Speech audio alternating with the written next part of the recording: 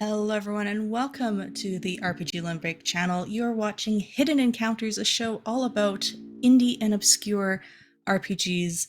I'm your host Selcouthmind and I am super excited to be here with you, bringing you a very exciting, very special, very anticipated indie RPG that just recently had a major update. And to explain more about that, SawaYoshi, our runner, why don't you explain what's happening today? Yeah. Hello everyone, I am SawaYoshi, and I am here for y'all to run, unfortunately, not chapters 5, 7, but all chapters, all bosses, glitchless for Deltarune.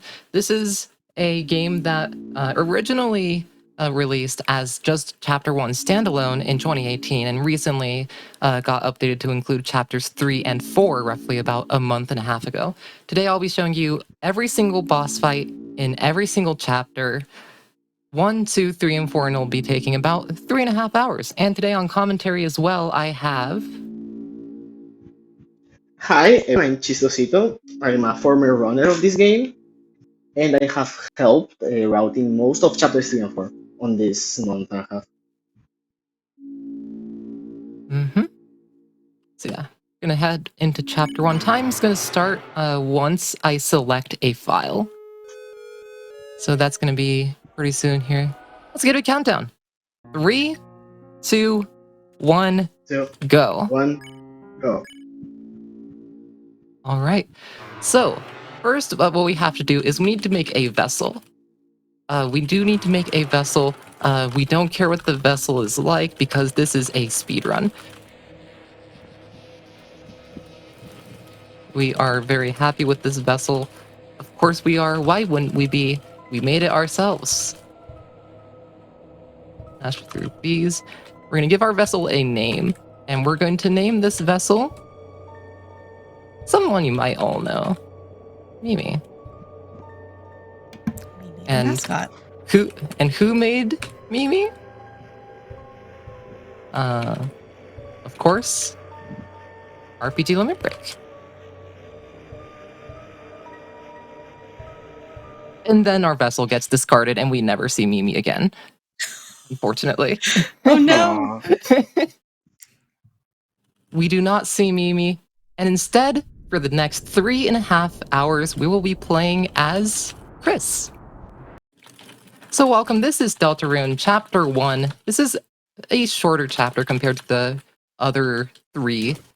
We're going to go to sleep. What going to sleep does is this lets us skip through roughly, I want to say, 5 minutes of gameplay. It's a pretty sizable Yeah, time. around 5 minutes. Yeah.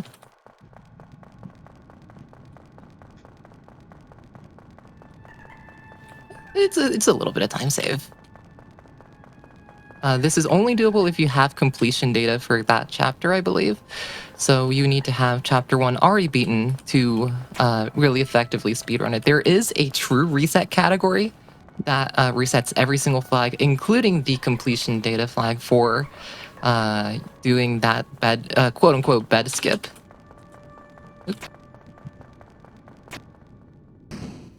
Yeah, and the first thing we're going to see here on this area is that Chris can roll against a wall and lose speed. So we're just trying to avoid touching walls in order to go faster. You'll see me trying to do this pretty often, where I try my best in like slim quarters and when I have to interact with things, not to brush up against them, because that will lose speed for some reason, except for in this segment. In this segment, you don't lose speed even if you go up against the wall. Not losing speed, I don't think.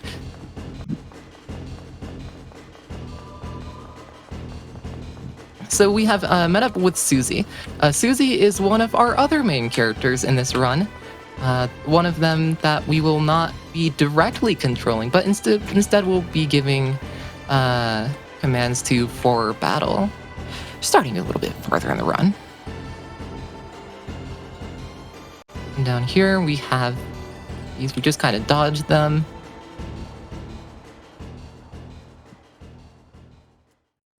Once we get to the bottom, we're going to go up to the castle, and there's a character here that is going to tell us the prophecy.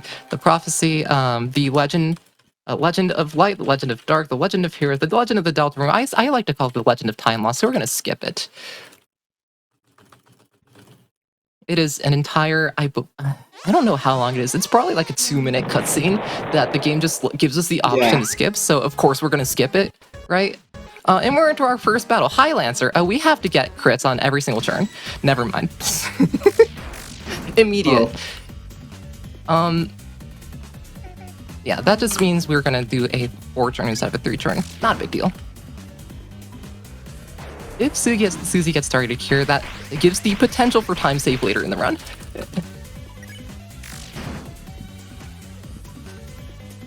There we go. There. And that is the fight done. Lancer is gone, and we meet our third party member. Hi, Ralsei. Our favorite fluffy boy.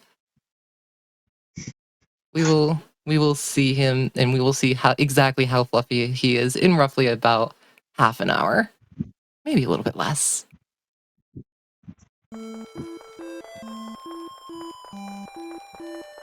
Right. And now we have a combat tutorial that we can also skip, so of course we're going to skip it. There are a lot of optional things that you can skip in this game that are just like a speedrunner's pipe dream.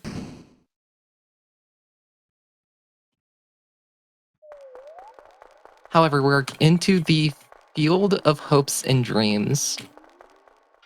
We have some encounter skips. If Chistosito, you want to talk about those? Yeah, so when you enter a scan radius of each enemy, it will start chasing you. Some of them can just be a little tricky to avoid, but most here on Fields, it's pretty easy to just not get hit by them. Also, these clock puzzles that can be a little annoying to do fast without using speed. Yeah, sometimes sometimes they're spaced a little bit oddly, but they're not too bad. Yeah. Hey, Triple Happy. They're all support enemies, so we can just do this. They will never directly attack, they just do this ring. So we just do that and leave. You saw I was grazing those bullets because there is a... Oh yeah, we get our third party member here. There is a mechanic in this game where grazing will give you tension points, or TP. TP is very important for using magic, which we'll be seeing later on in the run. It's also important to graze because grazing simply just... what is it? Grazing... It makes the turn shorter. Attacks... Yeah, makes enemy turns shorter. So we want to be grazing as much as possible just to make sure that we can have the shortest... What was that? Okay, I didn't know that you could do that. Okay, check around. Hi, goodbye. Say hi to Sham's shop. We will be coming back here later. Grazing is also very important if you have a goat boy. That is very true. So, very much like the Undertale, if you know that game, this is one of those RPGs where you do not have to actually fight the enemies. You can simply spare them. Spare or pacify or straight up defeat. And we'll be sparing this enemy because it's slightly faster than defeating them, I'm pretty sure. Yeah. You can fight on the first one, but it's a minuscule amount of time. Yeah.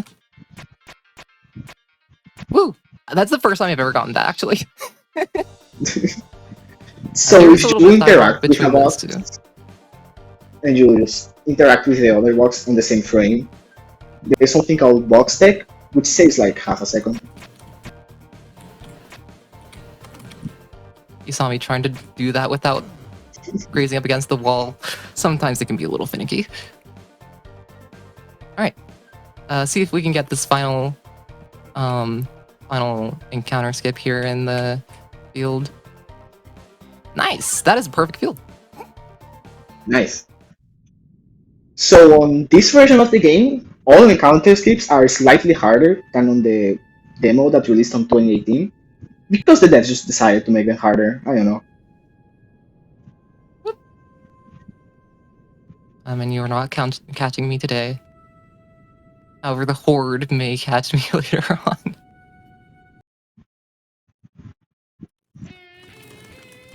Alright, Lancer asks us what our team name is. We honestly really do not care. So we're just going to master this dialogue. This does come up later in the run. Or later in the game. It is very much not run relevant. See if we can get this here. The Horde is coming. Whoop. Okay. Nice. That one's not too difficult. You just have to make sure you don't get super caught up on any single spot in that. And now we're on to King Round. This, get your prayer emotes out because this is RNG time save. If you want to talk about that while I'm doing the fight. So, if Susie gets targeted on the first or the second turn, you can kill her. And it skips a couple attack animations. If she dies on the first turn, it's 6 seconds. Let's go. On the second turn, it's 4 seconds. In 6 seconds. Woo. Free time save.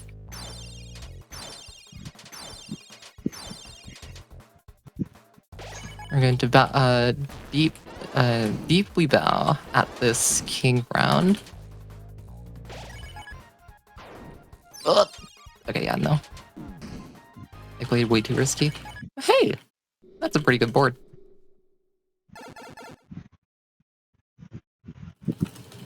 So now that we've defeated King Round, Susie decides being a good guy is not her thing. She joins Lancer on the bad guy side, and that is where she will stay for the next little while of this run. I'm gonna heal. Oh, that's a gold. Nice.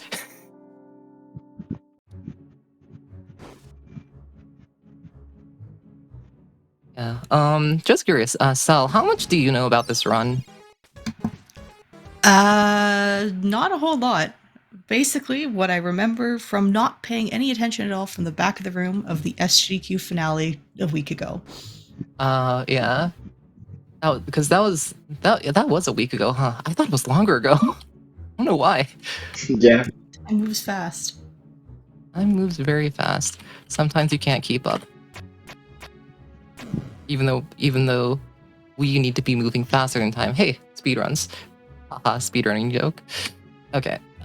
Encounter skip here. You just have to go down and up. They will not catch you. Here. 2, 3, 1, 2 is how I remember that. And welcome to this fight where all we have to do is read the manual twice. Earlier, during where the combat tutorial was, that's not the right thing. Ralsei gives us a manual to read up on mechanics in this game and combat mechanics. It also lets us skip that fight, which I think is really cool. Or skip, make it faster. Take some intentional damage simply because it's faster. Down here, quick cute little encounter skip here. Ravik, we just go up and we pick up a piece. We pick up a piece of a key. We're going to be needing 3 of these eventually. We've already picked up 1 in the Field of Hopes and Dreams. And this is our second. We'll pick up another one in a little bit.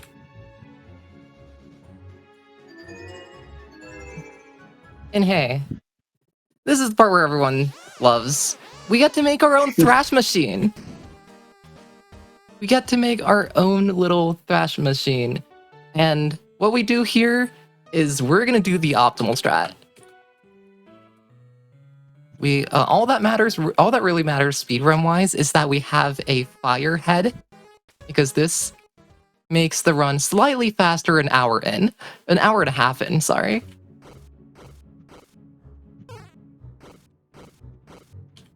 I really like how the thrash machine is just, it looks like such an idea, but then it comes back to fight you in chapter 2. Take a heal. And here, this is a maze. Lancer does not know where he's going. Get this encounter. And wouldn't you know it, Susie also doesn't know where she's going. So basically, we just have to dodge the two of them. Here's a little encounter skip. Against the wall, go up. Woo! I guess stuck against the wall for some reason. Starwalkers. Go up. Go right. And oh my gosh, is that the thrash machine? No way. They're gonna explode anyways, and then we go into a fight with the two of them. So the strat for this fight is doing X anything on Lancer 4 times. But if you try to do all 4 in a row, Susie just stops you. So you have to single her once, so she can't stop you. Why aren't you letting me graze any of that? Yeah, RNG in this game sometimes can be very mean. You cannot waste stuff and just use time. This game certainly has some RNG to it. Also, yeah, in chat, appreciate the text on the machine's body being changed for playing the game in Japanese. There's so many little localization quirks in both this game and Undertale that just make it a very good experience in either English or Japanese. Hey, that's another gold, by the way. Who knows? You all might see a PB here today. Well, let's go. We'll cross that bridge when we get there, though. There's still over 3 hours of run left. So Lancer joins our party. The Candy also joins our party for some reason. Over here, we have a little bit of a walk here, but I think it might be time to talk about secret bosses, because all bosses means that it's not just the chapter end bosses, which there are 6, because 2 chapters, or there's 6, because 2 chapters have 2 chapter end bosses.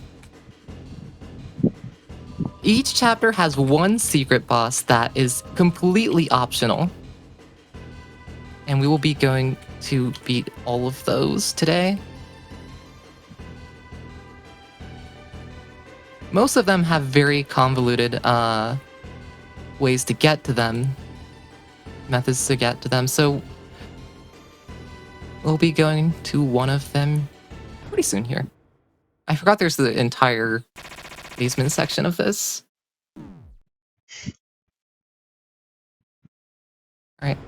Here we have to interact with 3 things on the wall. So what we're going to do is going to pick this up, interact twice, and talk to Ralsei. And here's Susie's puzzle. Where left, right, up, left. I don't even remember what the buttons do. There we go.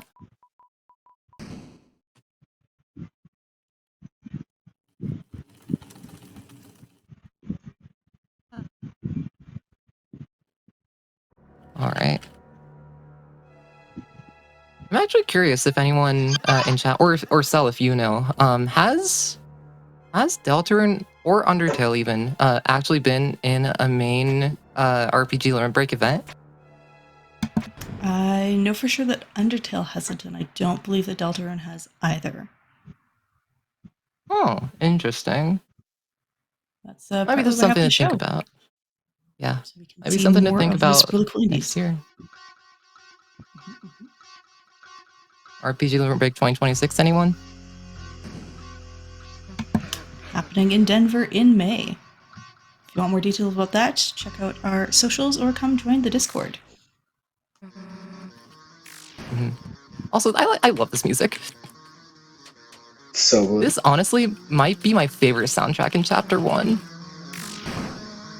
In terms of like considering story context, I really like it. Again, we do not need TB. We're gonna be grazing just to make the turn shorter. Oh, that's Saves a not lot on bad. this fight. It's up to 5 seconds. And also, you can see the tech that's just scrolling automatically. In Japanese, it is around 5 seconds to wait on this cutscene. Turn that on. It's pretty sizable. I do wish that we got to hear this song for longer, but hey, what can you really do? It's just plain English. Yeah. But also, we're speedrunners. Of course, we're gonna play in Japanese. Right, that is that fight done. Actually, in chapter 1, or I think, at least in chapter 1, but I think it might be across the entire run, Lancer might be the only enemy that we fight twice. Correct me if I'm wrong on that, but And nope, King rules. Round. King Round and Rules, yeah. Also rules, yeah.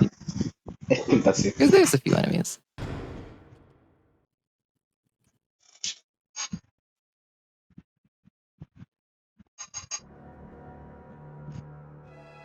Alright. And now we have this long elevator. I love how Ralsei sits here. Just plops down on the ground.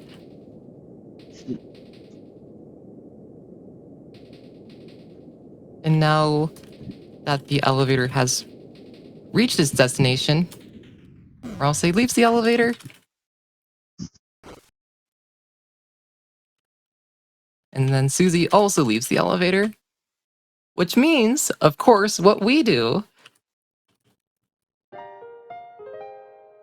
is we're going back down to the basement. We say hi to the first secret boss and the first boss fight actually of this run. Say hi to Jevil and then leave because we have to get him out of there. Back to the ground floor of the castle, this is our first time being here, and instantly leave. And one cool thing about this game is these warp doors, because without these it would be a nightmare to backtrack. But these doors make it much simpler. We get one last key piece, which is this is our third of 3, and we go talk to this NPC to help fix the key. Well, also while we're here, we're gonna have them fix the cake. Because yeah, the cake is an item that full heals the party. Or at least close enough that it doesn't really matter. Did you just fix the cake by hammering it? Yes. Is there something wrong? Isn't that normal? I can't say that's how I normally fix my cakes, but you know, I'm learning things today. Yeah. All right.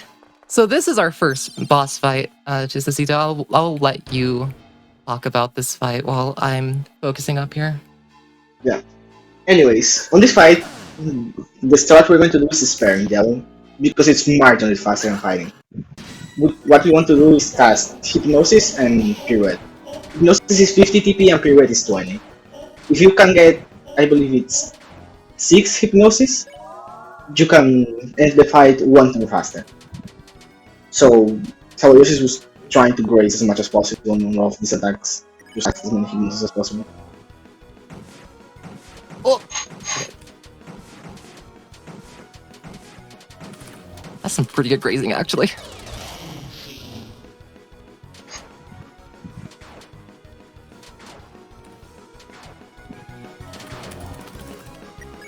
Right.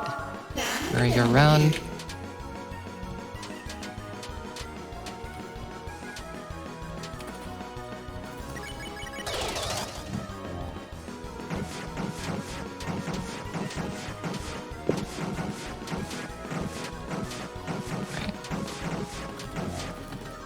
This attack, you want to be grazing as much as possible. Whoop. It's RNG, it can sometimes just be main to you, and you can just lose. Ow. Ow. That's actually not great, but it's fine, it's fine. It's fine. Plenty of TP to work with. now. We just need at least 50 TP here at the end of this turn, and then at least 20 at the end of the next turn. That's not the right thing. Should we find? Might not be fine. Oh.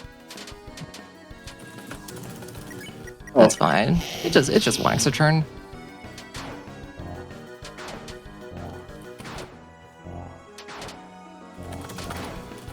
Nice. Not a bad devil fight. I'm honestly just glad that I got that fight completely down without anyone actually falling. So while we're here, we're also going to turn on auto run for 2 skips. This one is one of them. Nice. And then we go say hi to, we talked about him earlier, Rules Card. Hello. While we're talking about Rules Card, I want to talk about what the community likes to call HHS, or Head Happy Skip. This is the hardest skip in Chapter 1, I've heard.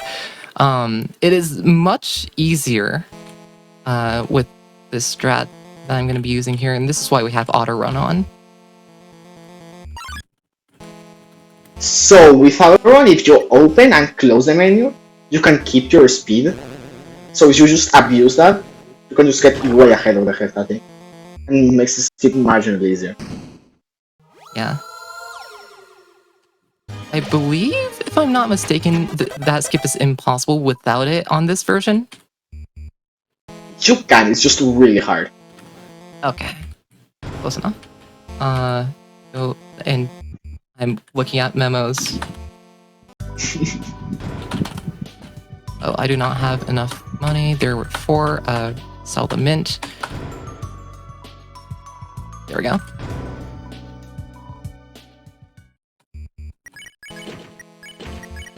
Oh, I should also turn off auto run.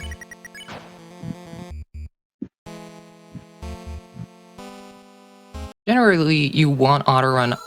I say want. It's mainly preference, but most people play with auto run off because it's what they're used to and what it defaults to. Yeah, auto run technically saves a frame in most rooms, but since you can just lose the frame to not holding X on cutscenes, most people just prefer to not use it. Because if you hold X in a cutscene, that just automatically progresses the text, and it helps with the auto masher. Yeah. Oh, that's King Round 2, by the way.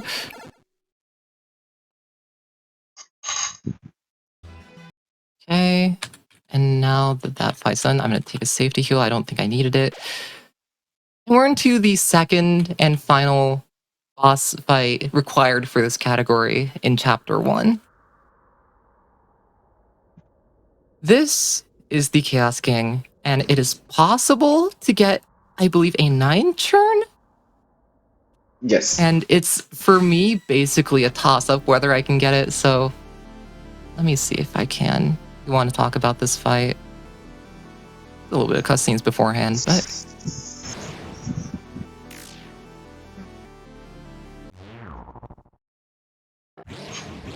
First off, unlock Red Buster. So, you want to do 5 Wreck Busters on this fight?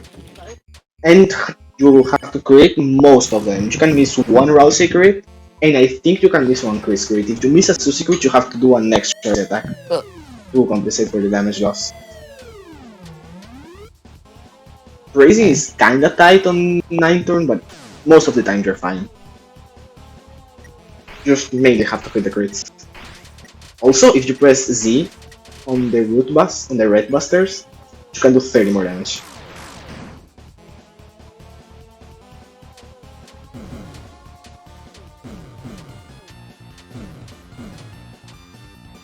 There we go. One more Red Buster. There we go.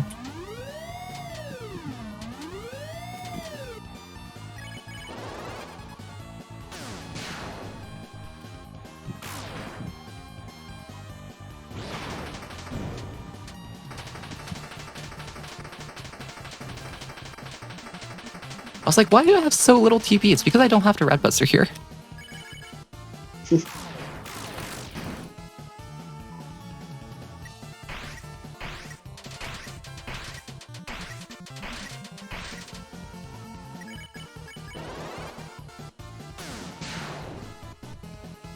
Just need 60 TP at the end of this attack, and we'll be fine.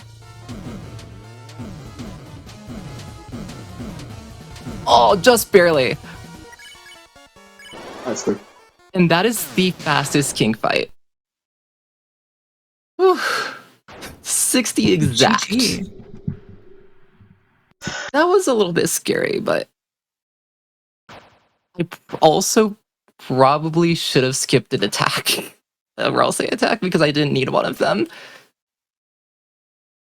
And that would have made the TP a bit nicer because defending gives 16 TP whereas an attack crit gives 6 rather.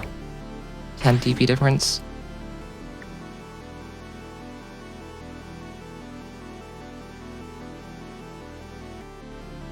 Yeah, that is the 2 bosses in chapter 1 complete. There's not really much else here. This is just a winning run back to our hometown.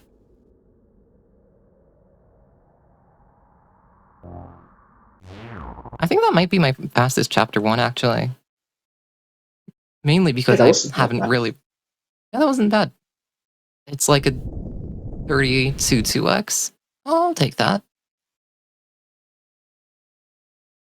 I'll take that for only having 3 completed runs of this category. And that also being, in those 3 runs also being the only times I've run chapter 1. Yeah, a little bit of backstory for how much I've run this game. I used to run chapter 2 when that was the newest chapter. I used to run that a little bit. I ran one specific category. I have never run chapter 1 or 2 main route before chapter 3 and 4 came out. So I've been learning these 2 chapters alongside chapter 3 and 4 and across this past month-ish. Yeah, I think I make up for it with being good at chapter 3.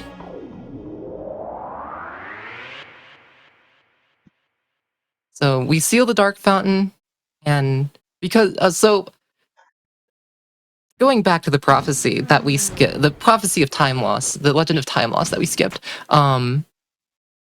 we were told that the balance of light and dark is very important, and that there's dark fountains appearing everywhere that are upsetting this balance of light and dark. So therefore, we're going to close these dark fountains to restore that balance. And that is the first of, I believe, a total 6 that we're going to be sealing. 7. Yeah, 6. 6, 7. If you count the Titan, I guess. Technicalities. Alright. Gonna head back to our house, our home.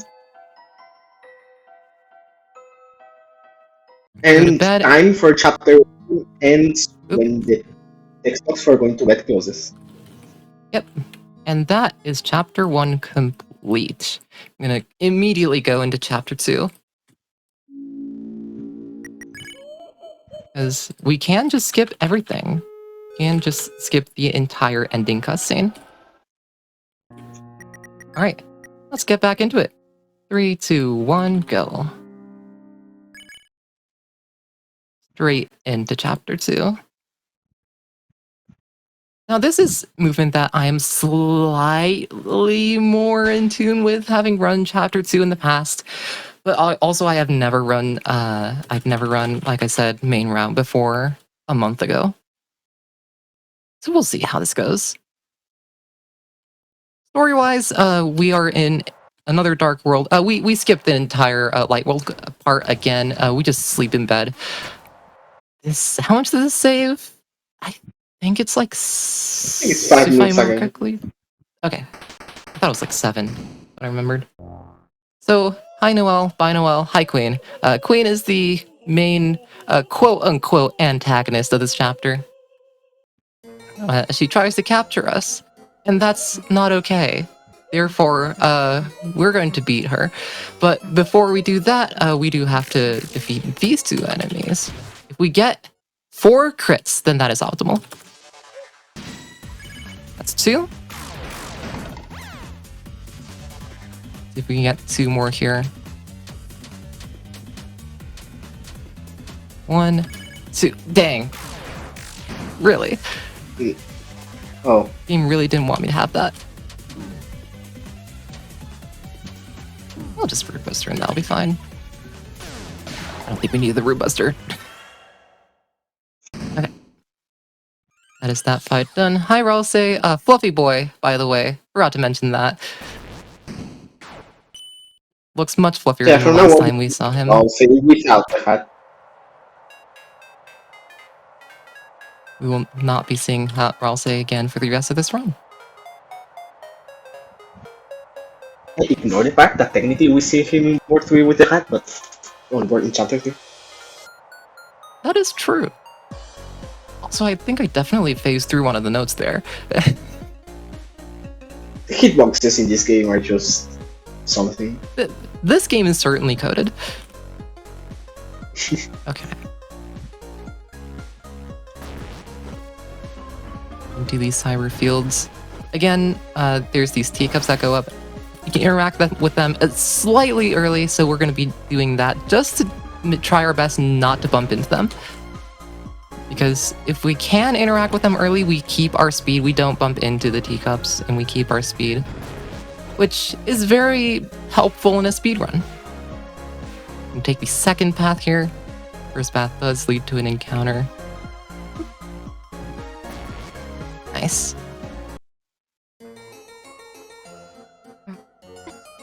Hi, Noel. Bye, Noel. And we're into the punch-out minigame, for lack of better terms. I mean, you'll see exactly what's going on. There is a little trick. Around 20 seconds in, around 80 seconds left. Other than that, it's just do it. It's just do it fast.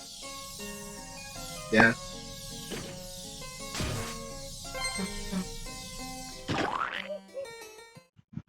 It says round 1, but there's only 1 round.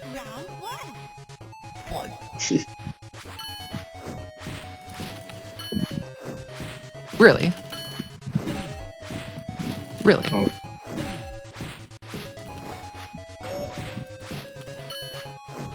Okay. And here you can just do this and attack instead of dodging. Yeah, that saves a little animation. It's about 1 second. Okay. 71. Not bad. I'll take it. Surely that's the last punch-out section we see in the run. Surely. Sure, the machine's broken. Why would there be a second? Or even a third? Yeah. Alright. Down here. Dodge this enemy. This part is different in Japanese. In English, it's agree to all. In Japanese, it's yes to sweep. I think it's a slide in Japanese, but it doesn't matter. I didn't understand what that meant for the longest time until I was told that it was yes to the O's. So you're just putting check marks in. Is I believe what I heard somewhere.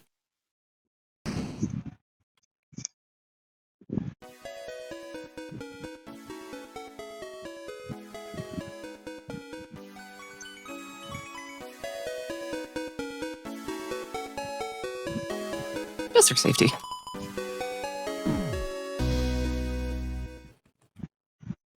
Alright, build up speed, and we're into the sweet Captain Cakes fight. If you want to talk about the little quirk in this fight and the update that was added to it. So, on this fight, the strat is getting Chris to die. But, on the early days of Chapter 2, the strat was just RNG to get Chris to die. because it's a 1 in 3 for them to target it. And if they are about to get downed, the game runs the script again, so it's a 1 in 9. But if you dance eggs on the second or third targets of the fight, they are just guaranteed to get hit every single time. I think it was added on 1.13. Thank you, Deltarune. This was changed in an update to be nicer to speedrunners. And you'll see also, this was also added in an update. Chris just does not stand up during this dance. I think it's kind of cute. And that is the DJ's fight done. We'll be seeing them very shortly here. We have a little shopping to do. Will I have enough money? That is the question. I think I should be fine. I hit all the encounter skips. I think you only buy Mecha Saver.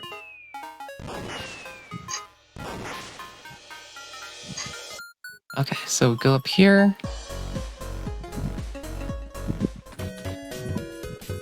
I do not have enough for the other one. You got a member card, you don't need the glowers. Yeah. You got to.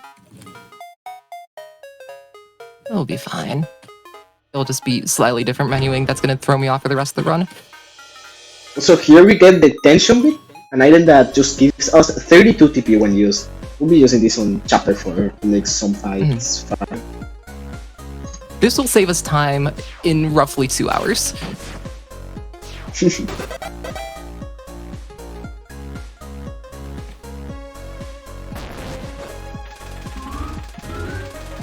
So here we are trying to get every single arrow. If you miss one, we are missing out on equipment, which is going to lose us quite a bit of time. Yeah, that's good though. We got all of them. Alright. This. There we go. Going to head into this very suspiciously queen billboarded contraption that leads to tracks. What is this doing to us? It puts us in little mini roller coasters that are really, really cute, and I really like them. I really like these.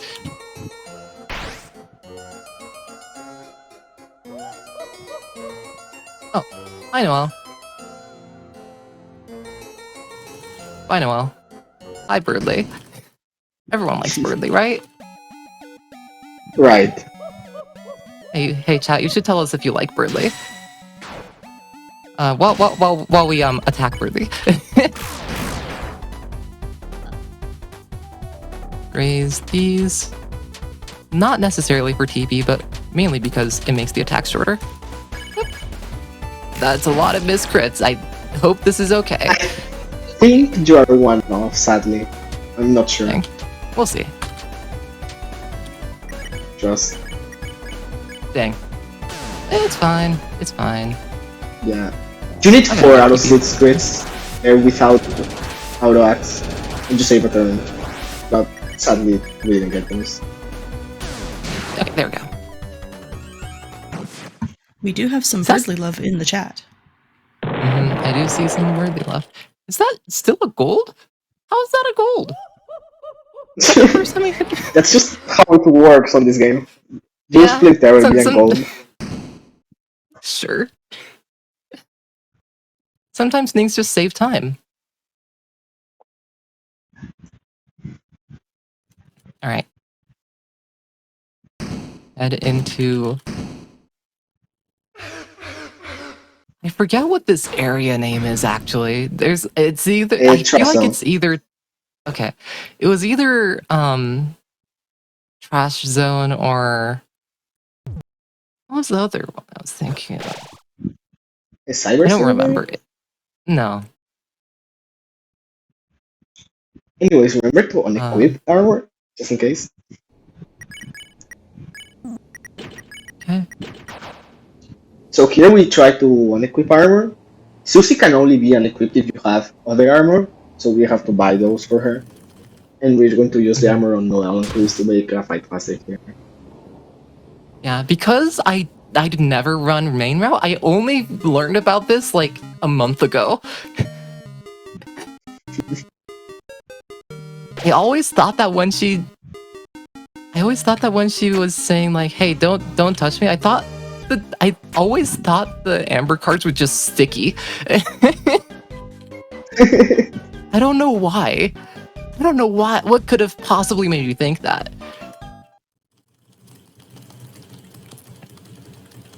See chessing.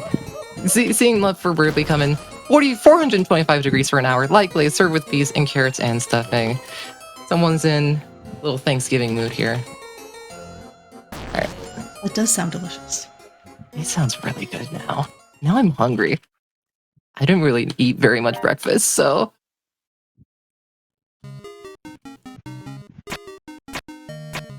Alright. And now Noelle has joined our party. Noelle has joined our party, and it is Chris and Noelle for the next little part. There we go. And we're gonna pick up this here, which is the pink ribbon. Everyone loves the pink ribbon. Unfortunately, yeah, surely it it won't is... get nerfed.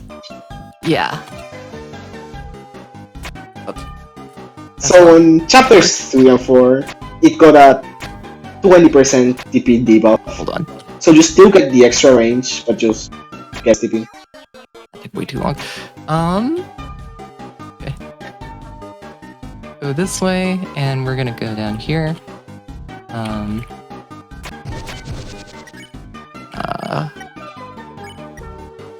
And yeah, here since you have to wait a bit for Noelle to step on the button, you can just equip.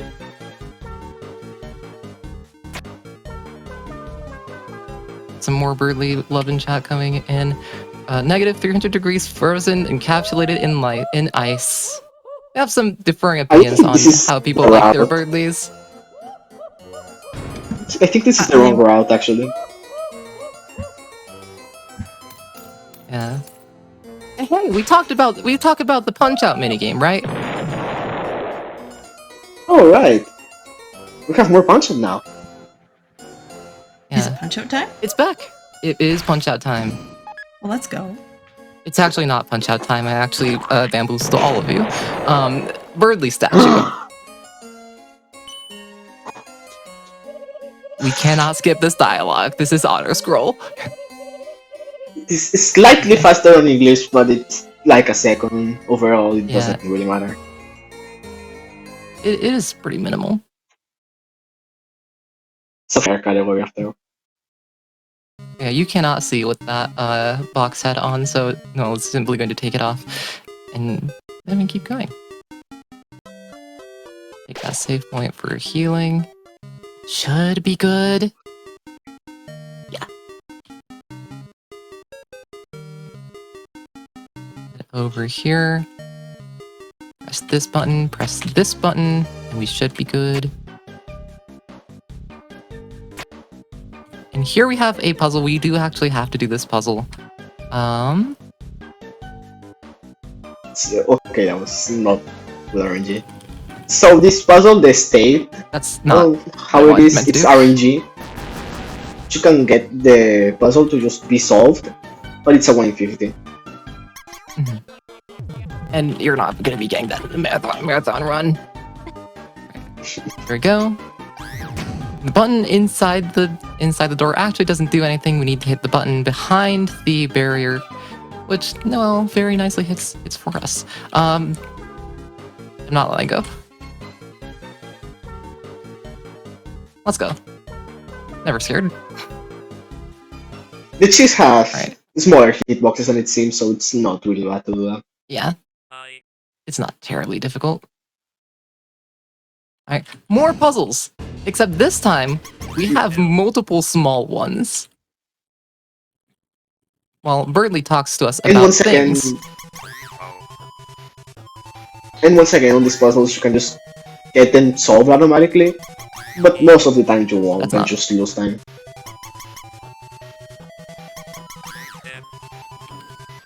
Yep. There we go. That's 2 in a row solved. That's 3 in a row solved, actually. That's really good. Not bad. That's pretty good RNG. All right. That is the third of 3 mouse puzzles done. We won't be seeing them anymore, unfortunately. We're heading into another RNG fight, and this one is RNG in a slightly different way, because Noel's Ice Spell, I believe, is Ice Shock. The Ice Shock is one of the only attacks in this game, I believe, that has RNG damage rolls.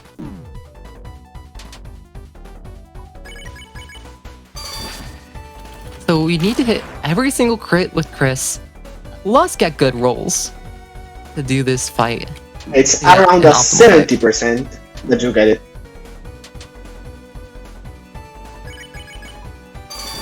There we go, nice. Good RNG. Nice.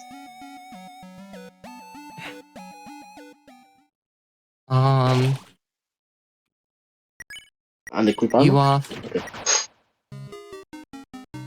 If you don't unequip that, yeah, go ahead. Yeah, you lose it.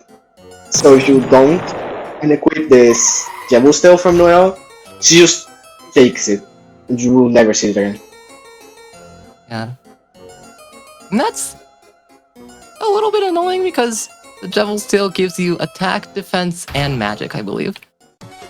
So you want it for basically the entire. You want it for basically the entire run. It is very important for basically the entire run, especially with Susie's Rude Buster and Red Buster damage both being dependent on magic and attack.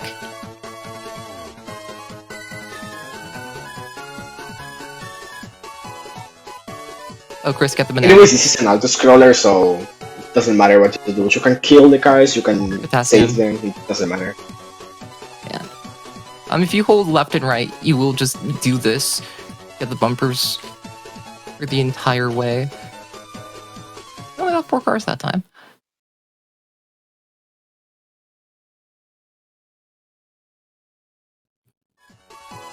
Then we say hi to everyone's favorite. Hey, Every! It is Spamton time. Spamton, we have to make a deal with him every single turn, or optimally we do make a deal every single turn, and it doesn't cost EB or anything, so we will make a deal every single turn. The choicers are always left, then right, left for the first one, and then right for every single subsequent one. Okay. The attacks here are also RNG on which attack Phantom chooses. The fastest attack are the words attack, both are the money, and then just the mini Phantom ones. It's really not that much time save, but kinda helps.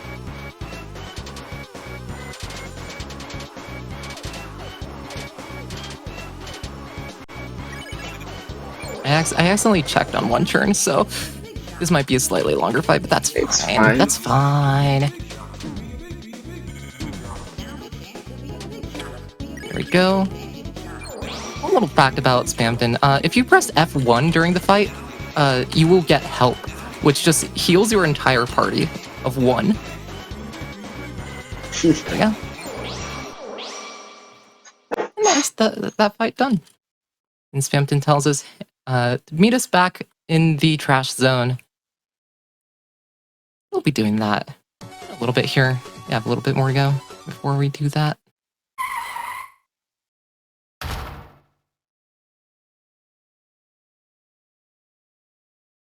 I do want you all to know, by the way, I am significantly ahead of PB, so this could PB. You could see a showcase PB here. A hidden encounter PB. We'll have to see.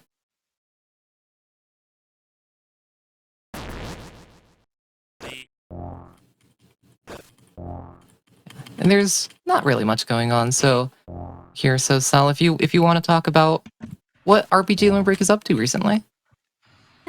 Yeah, indeed. In fact, I'm going to tell folks, if you also run an indie or obscure RPG, I would love to have you here on the show showcasing your run.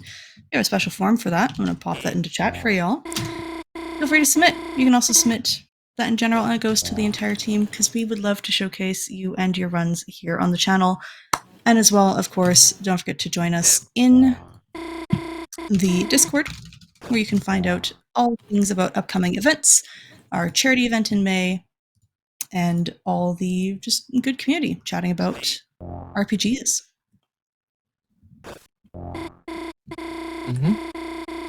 Yeah. I do have a The question. community is amazing. Yes. Why are you running this in Japanese? First off, because it's faster, but it's only, I believe, faster in chapters 1, 3, and 4. In chapter 2, it's actually slower. I just like Japanese. Yes. Yeah.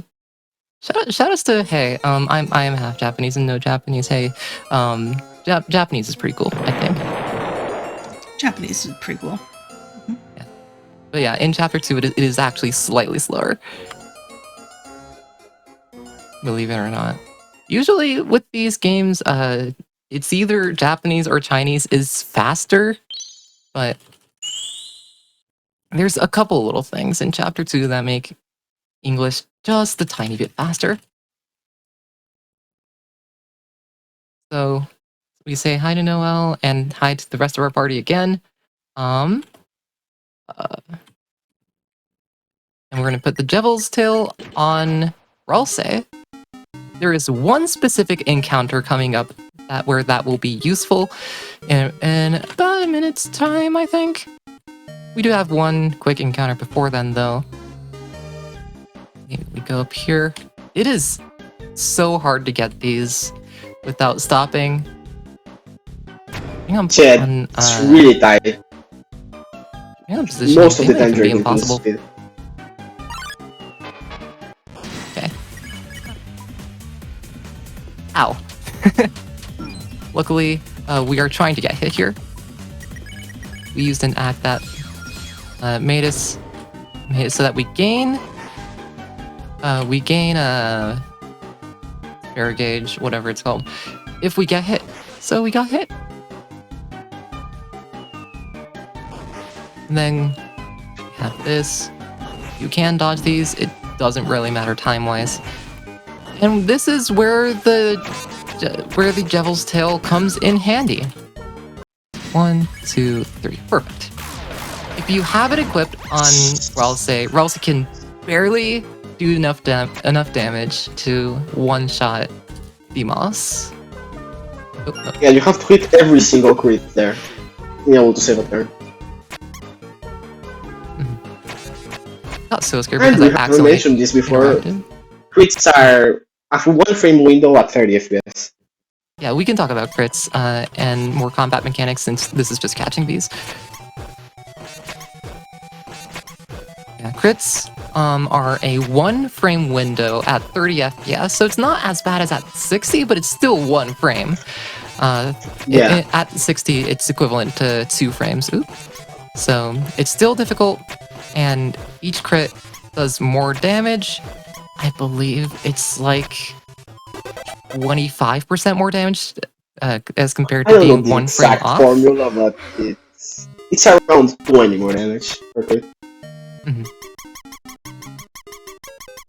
And it also gives somewhere around 6 TP instead of 4 or 5. Yeah, I'm pretty sure that's correct. So we do want to be critting as much as possible, just in terms of both damage and in terms of TP.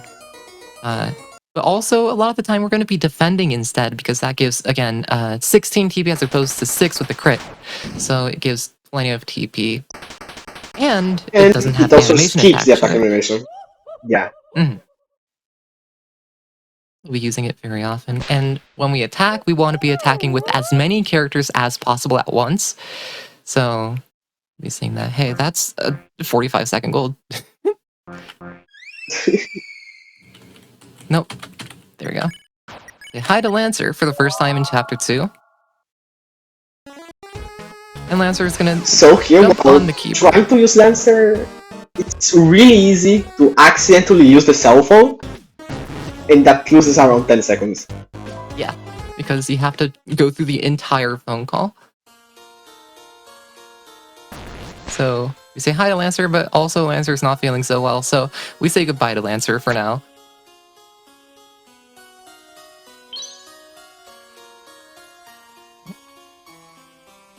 We say hi to Birdley. I have not practiced these puzzles. Let's see if I can get them It's in any fine. sort of meaningful time. That's 1. It's 3, 1, 1.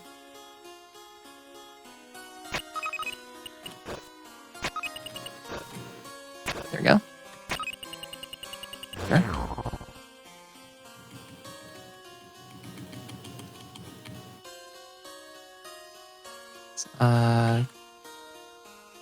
That.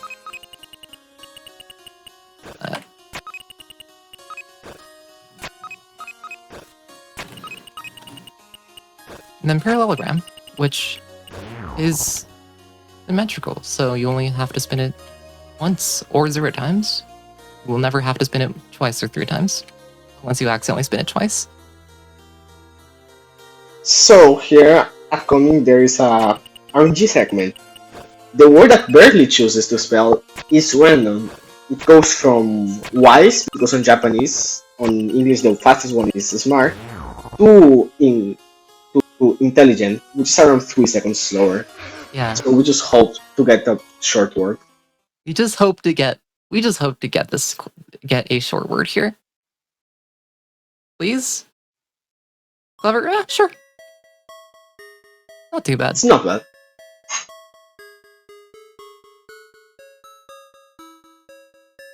Six letters compared to like 4 fastest, but also compared to 11 at the slowest. So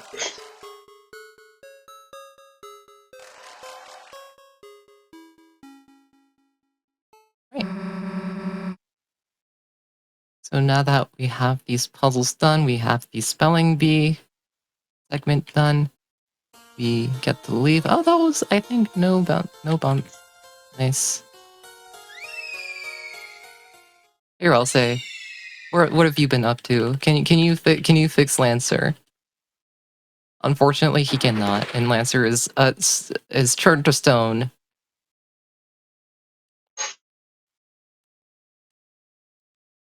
At this point, Burley gets the idea to get us all up on the roof and try to see if we can distract the Queen while we go seal the fountain. Take a quick heal here. And go to the trash zone one more time.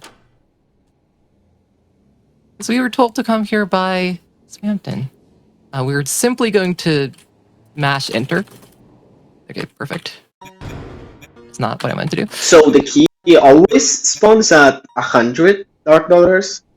So if you just mash, you can always get it at a cheap price. Yeah, dark dollars, also known by in terms of in Spamton terms as Cromer. Yeah. Right. We're going into the mansion for a little while now. We're just gonna skip this part. We take 60 damage and let's go. Because it's a marathon. You know what? Let's try it.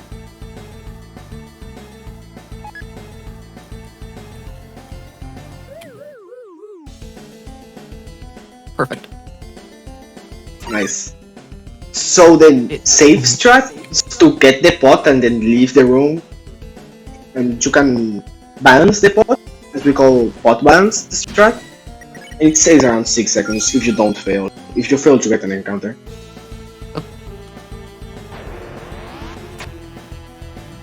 Okay. Head over this way. See on the left side of this, these cars do not spawn. Probably would have been fine anyways. For some reason the car is also scared of mouse, so do that. For some reason there's a button here. Go down. Use the keygen here that we picked up earlier. We're gonna go down to the basement.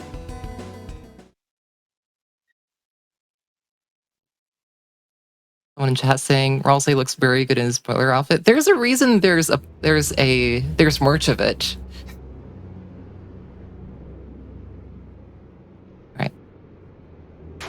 down into the mansion basement. Go over here. But there's nothing here, so we're gonna go back. Oh, wait, the way out is gone. Oh, hi! Smiles. There's nothing to do, so we're just gonna look at things. This room just starts a timer when to enter it to raise the teacup, so you can just do whatever. Mm-hmm.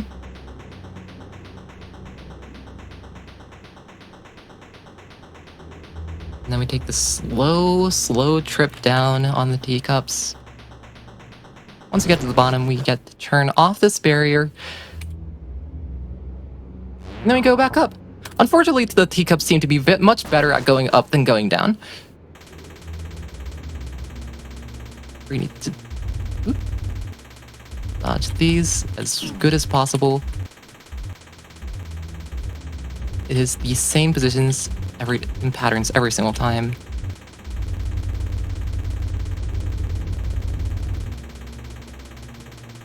Yeah, it's fine. I'll take it.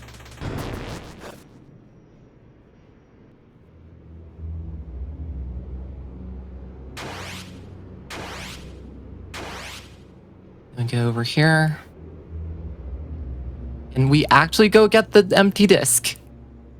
In one of my recent runs, I just forgot to get the empty disc and went back to Spamton, and Spamton's like, wait, where's my disc? Where's my disc-shaped object? We're actually gonna go pick it up. Called the blank disc in... I forget if it's actually called the blank disc in English as well.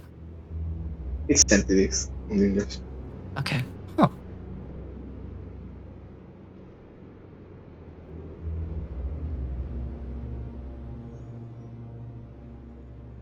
Go back up. We see Susie and Ralsei. Susie playing with Ralsei's glasses. She gives them back though. Press the switch and this opens the shortcut back here. We're gonna go back one last time to the trash zone and say hi one last time to Spamton. There's a reason we need to bring him the empty disc.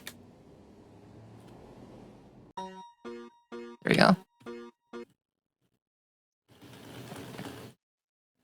Spamton gets loaded into the empty disc, and we will bring that back to the weird machine thing that we got it from. We're also going to take a heal here.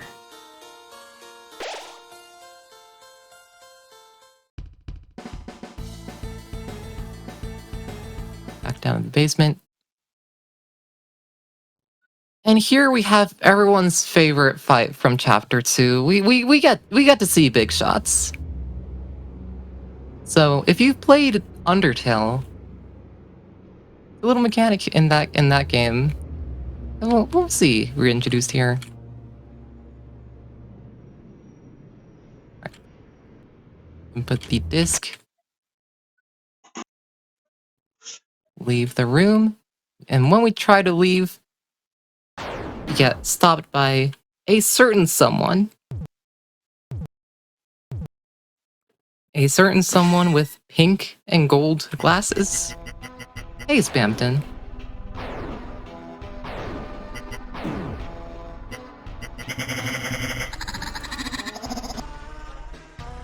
Susie and Ralsei are here to help. So, oop, that's not the right button. So we're going to be using plenty of big shots for people that know what that is. If you hold either Z or Enter and spam the other button, you will just get infinite charged shots. And Spamton is not very happy about it, but we're going to be using it anyways. So this is the Spamton Neo fight, if you want to talk about that. Hidden boss of Chapter 2. So on this fight, you can optimally raise. Say it's around 8 seconds for the whole fight if you raise a lot. And you can also do charge shots, which ends most attacks way faster than normal. So what you mostly want to do is just charge big shots and just raise as much as you can. So on this attack, for example, you normally just have to wait and fire, but you can just spam and kill them right when they spawn. And this attack, a phone hands, you can raise the head. It's really hard because, as you can see, one hit can just kill Ralsei.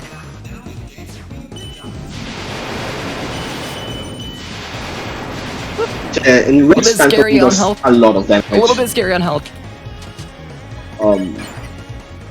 It's fine. Huh? Okay, sure. It was not fine. It was not fine. It's fine. I forgot that. Wait. Actually, need to insert it again. You have to insert it again? Okay, I didn't know that. Yeah, it always happens to me that I'm practicing, I died, and I just forget. It's so annoying. Yeah. However, the second time on, it is faster retry. It's a faster retry, so that's at least helpful. Getting hit 3 times in one attack and having it hit all 3 of them, and then getting hit by a target all is really funny. Really unfortunate, but really funny.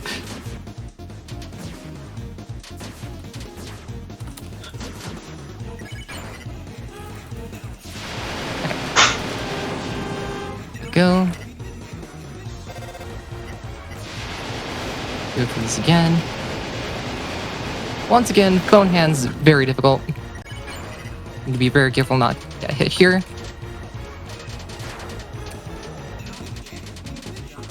So that does a lot of damage.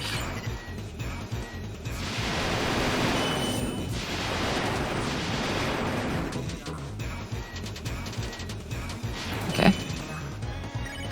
Already doing much better than last time. There we go.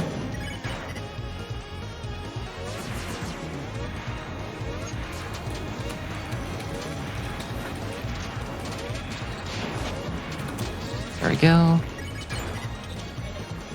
Nice, that is the face done.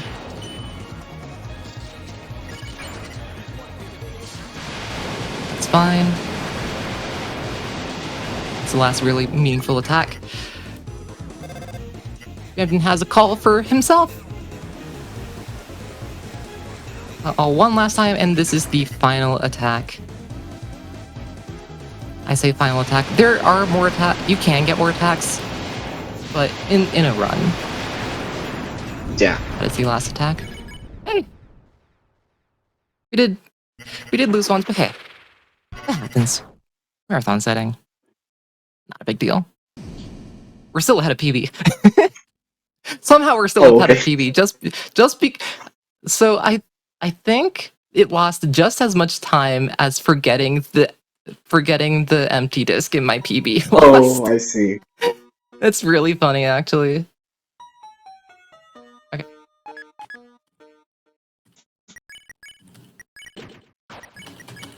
There we go. Put the right armor on Susie. Heal. Then we're gonna go up and back into the mansion. We're gonna keep climbing all the way up to the top. This time, we are going all the way up. Instead of going to the basement. Also, Ralsei is standing on air, or inside the walls, depending on how you look at it.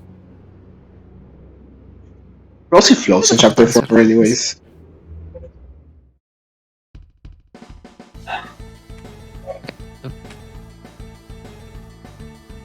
Going back up the mansion. We do have these teacups here. These teacups are much, much easier than the ones going down to the Spamton fight. Yeah, there's just a spot here. You will not get hit if you play it, if you precise enough, but it was just barely not precise enough. And RNG? Slightly RNG. That is... Yeah, where the key spawns is RNG, you prefer getting it on the top. The lefty one is fine, but the right one just has a dumb hitbox. And you cannot hit it from the side. It's It's RNG. It loses a little bit of time. It's also always one clockwise Yeah. from where it's Anyways, mouse wheel. first. This is more RNG. Yep. I So like to you think can end this this is fight like in 2 turns, but it just decides to be fun sometimes. Oh, that was not good enough.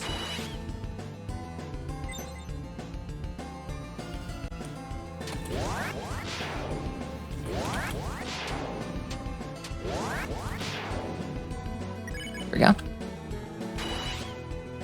Really, that would have been enough for the second turn. Oh, that's just really how funny. mouse rolls. Must wheel everyone.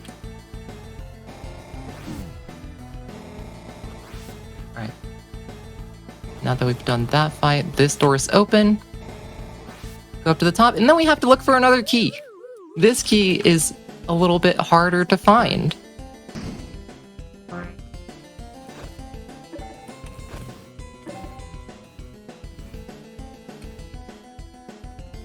Wait, yeah. It's on the top left now. Oh, okay. I didn't know that. Thank you. There it is, yeah. So you have to interact with 3 platters before going down. If you don't interact with 3 platters before going down, the dog just doesn't spawn in time. And then it spawns on top left. Interesting. Okay.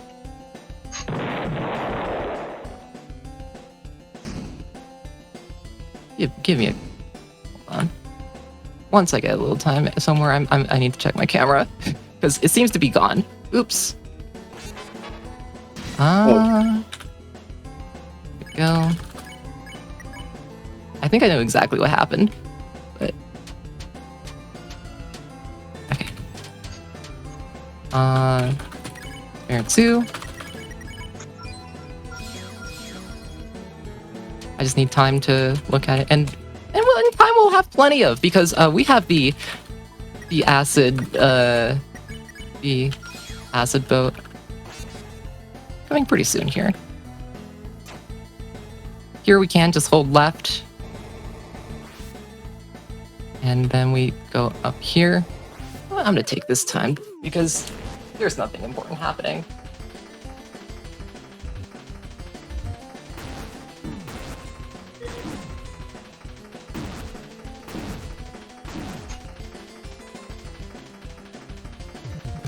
Sorry, I'm still processing hearing the term acid boat. Yes. Also, hi, I'm back. Well, you'll see. You'll see what I mean by. Okay.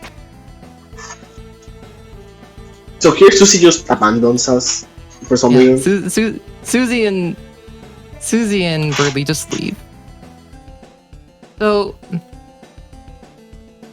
acid boat. Boat on acid. Boat on the acid. Very important distinction. Okay, so we do want to interact with these houses as we're going. And So the houses gives us more TP for the rules fight, which allows us to point it to 1 turn earlier. You want, I believe, at least 5 of 6, if I'm not mistaken? Or is it 4? I don't remember. In the count, I just know that you can this one. We do want the band just to make Queen happy. It does not affect our time at all. It's also much easier to get from the top with how we're interacting. Nice. Okay. So that is the first half of this acid lake section. We do have a couple puzzles to do. These puzzles are pretty simple.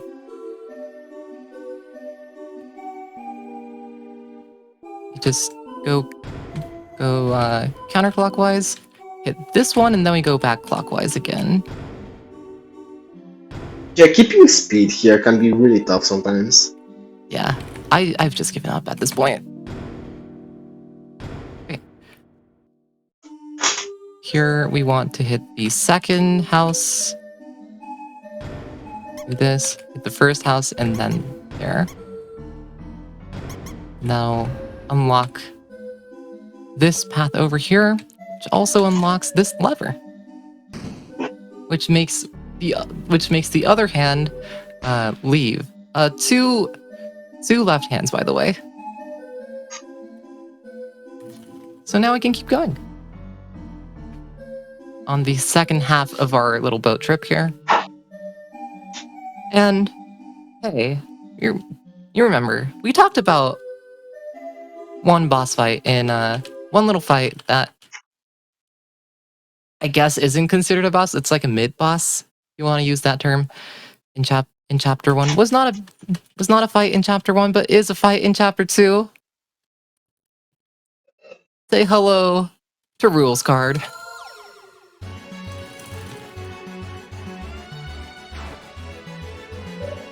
So the rules fight. It's RNG. Rules can just choose a pattern, and this one, for example, can be done in 2 turns.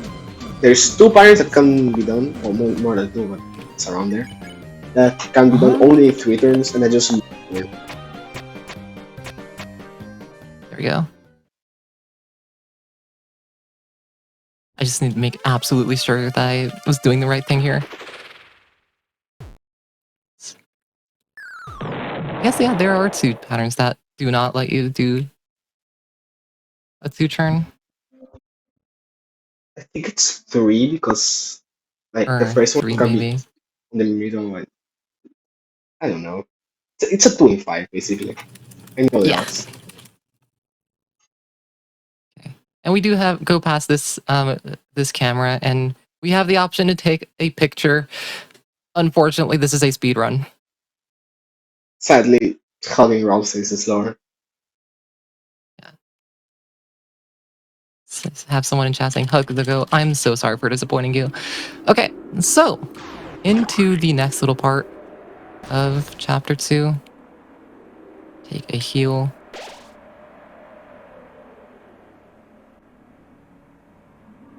Do this skip. Oop, there we go. Going through here without losing speed is also pretty difficult. Oop. And also, these lasers are RNG. Sometimes you can get hit 3 times, sometimes 1. Mm-hmm.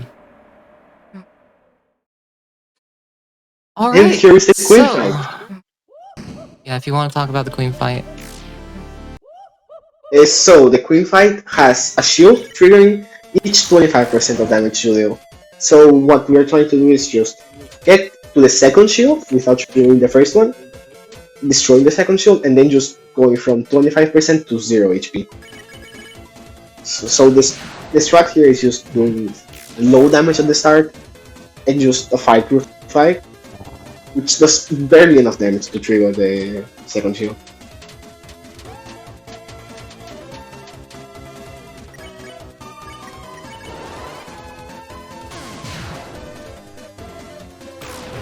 Go. That's the second shield of 1 completed.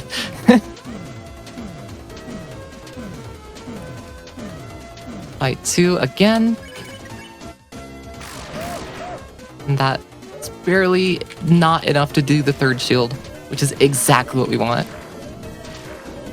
Because at this point, we can simply do enough damage and the fight.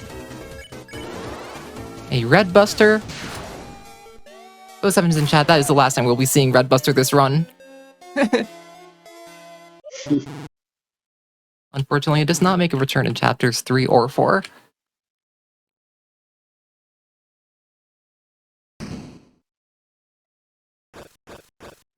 We will miss you dearly. Not really, actually, because in most of the chapter final fights, Chris is just absurdly busted for some reason. It would help on the night though. It would. Oh, it would, yeah. You're right.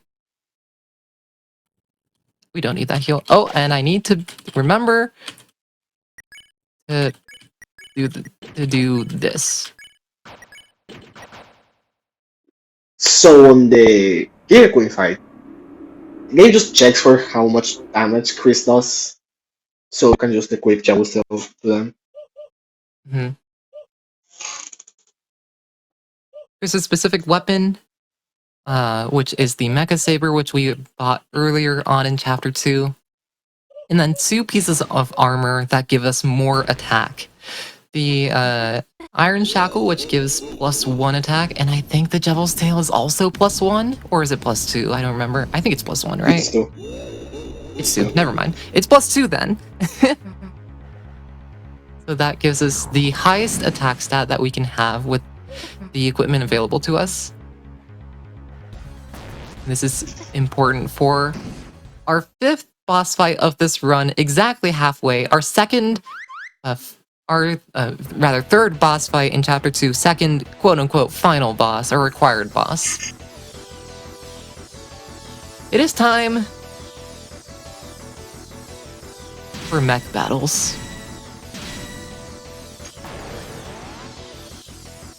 Wait, what do you mean there's more punch out? Yeah. I wasn't lying. We do have more punch out. Round 1. Alright, let's go.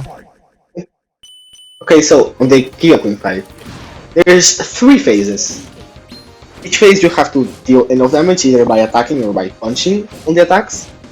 And you will see how it's delaying the 3rd punch. It saves a bit of animations on each set of punches. It saves around like 3 seconds each phase. What you want to do is, in this particular strat, you can just deal enough damage to not skip the baseball attacks. If you skip the baseball attacks, you do a bit more damage on round 3, but you get the baseball attack, which is kinda slow. So runners just prefer to not skip the baseball attack side. Then on the 2nd phase, you can use flame mode, which busts the damage thanks to our head of the thrash machine boss in Chapter 1, and just punch a lot. And preferably we end the phase on her turn, so we can attack in phase 3. And if we do a no-hit of the 1st and 2nd turn, she goes crazy mode. We do a lot more damage. Let's go. Oh, that's not good.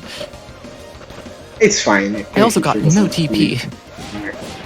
Oh, that was really bad RNG. So, on that There we attack, go. the Giga Queen can do 3 variants. She can go to the right, to the left, or she can duck. Duck gives way more TP. Or it's much easier to get TP, rather. Or maybe it does give more TP, I Yeah. don't know. Anyways, that's the fight done. That is, I think, the fastest you can do the fight. Pretty much. Turn-wise, it's the fastest that you can do the fight. Slightly faster, but it's basically the same thing. Yeah. That is Giga Queen done. That is the last combat part of Chapter 2. Now again, we do have a little bit of going back to the light world and going back to our house. This time it takes around 8 minutes. Just cutscenes. Yep.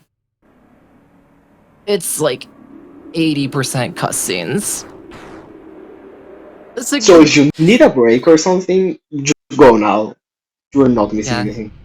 Usually, runners either put on sticky keys or put some weight on their control key, so that they can just leave without really missing anything, because there's no choices that they have to make here either.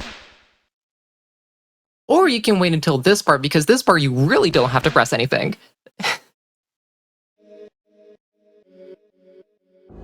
My hands are off the keyboard and get this feel.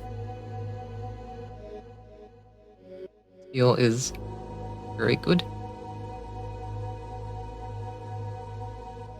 Also from another RPG series, which we or not haven't really played very much. Okay. So, what's going on screen, you may ask? Story is going on. We're talking about the Roaring and Titans. These are 2 very important terms that you'll have to remember for the next just under 2 hours. It'll become very, very relevant about 3 hours and 15 minutes into the run, or maybe 3 hours 20 minutes even. Takes a little while before we get to this part.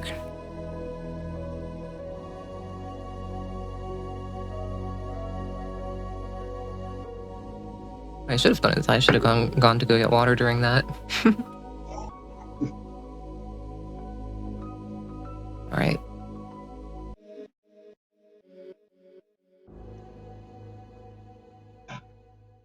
That is the cutscene over, and now we have more dialogue. Even though the cutscene's over, it does not mean we get to just go home immediately. We have more dialogue. We have more dialogue. We have more cutscenes. We have this game. This game is kind of full of cutscenes, if you couldn't tell. And sometimes these cutscenes have choices in them that you have to make, so you can't just not press anything. Sometimes you can just put a weight on your control key and be completely fine. Oh yeah, I forgot to mention, press the C key and the control key, the menu keys, if you're on controller and you want to use those, skips dialogue for you. So you'll see, I don't have to mash anything. It does it for me. This game is very nice in that it has this auto masher. You do not have to use external programs for that. The auto masher has is that it mashes at 15 textboxes per second, and the game runs at 30 FPS. So you can manually mash to 30 textboxes per second, and that just destroys your hands. Yeah. So if the auto masher could mash faster, it would be really nice. It is theoretically slightly faster to mash manually using pressing Enter, Shift, Z, and or Enter and Z while holding either Shift or X. However, that means you also can't have the auto masher pressed down. So it is a risk return, but also you have to pay your hands. You have to pay with risk and also your hands. And you get a return of maybe a second or two a time save. Maybe more. I don't quite know how much it saves to manual mash. I think for main route, which is like 5 seconds, it's a lot of time. Jeez. Yeah, that is quite a bit of time. I do know, however, I think, if I remember correctly, chapters 3 and 4 on speedrun.com just have a manual mashing and? Yeah, it's to so runners don't destroy their hands. Yeah. Shoutouts to You Can Just Move Chris, by the way. Yeah, on this cutscene you can mash every key on your keyboard and just make Swiss move left. And it's also faster. Mm-hmm. We have so many more. The end of chapter 2 is a very cutscene. So, Sel, if we have anything we want to mention, we have like a minute or so to do so. Sure. For those of you who don't know, RPG Limit Break has our own merchandise store. From hoodies to coffee mugs to even fanny packs, you're sure to find your new favorite RPG Limit Break branded gear. And the best part is, all of our merchandise sales go directly towards funding RPGLB, so we continue to bring you awesome events like our live event happening every May in Denver. And to visit that store, you can go to www.store.rpglimitbreak.com.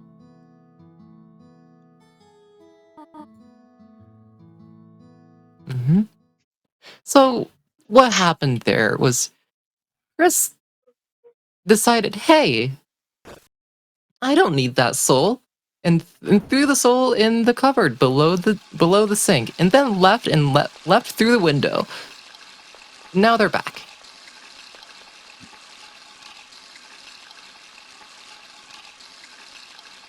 Now we have completed washing our hands after roughly a minute of cutscenes. Definitely, remember to wash your hands. Very important.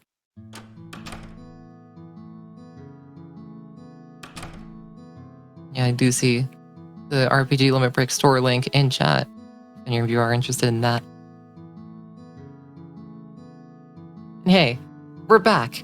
That doesn't mean we're done with cutscenes. We still have a few more cutscenes. I forget. Is it just after the dialogue after Susie falls asleep that you can put out? Yes. Okay, thank you. Wait, no. There's a text box after that. After that, you can just close the game. And hey, I think it's we when see a the music TV here. stops. I'm not sure. We Sure, see a you won't TV be seeing here. the TV. We may be seeing the TV later on. We'll see. Okay, wait. Don't close immediately. There we go.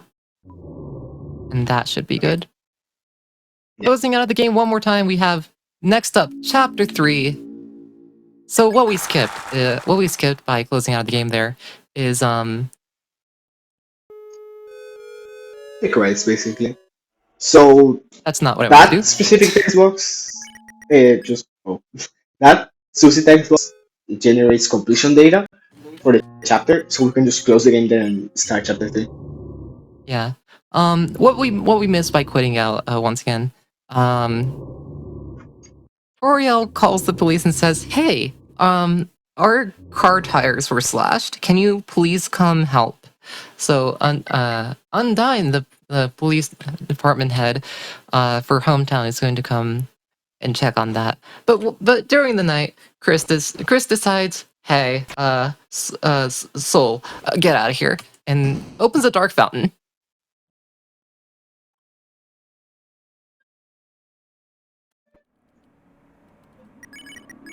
On the pink ribbon, and we're going into chapter 3. Once again, we can sleep. We can sleep to skip story. Welcome to the Legend of Tenna. Everyone's favorite character, Mr. Ant Tenna.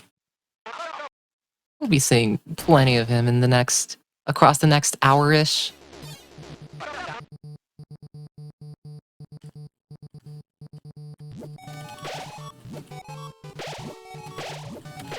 At this point, I want to say this is my best chapter, so we'll be seeing plenty of gameplay here.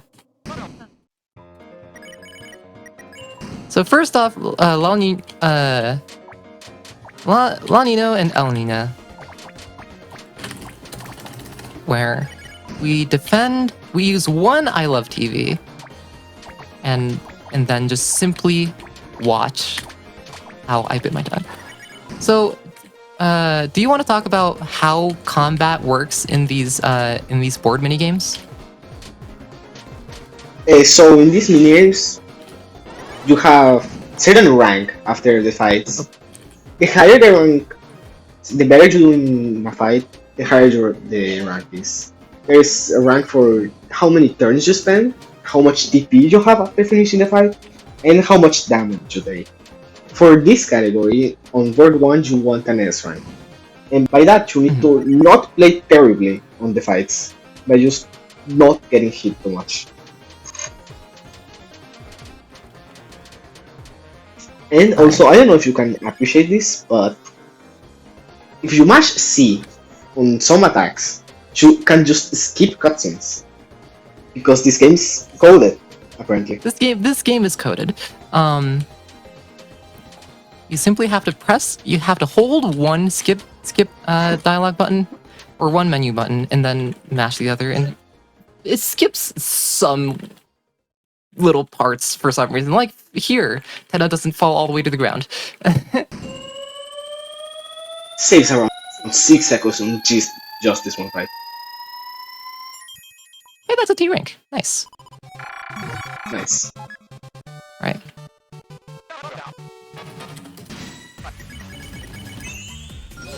If we can't get another one here, it's a little bit harder because it is much harder to get enough TP in one turn. But hey.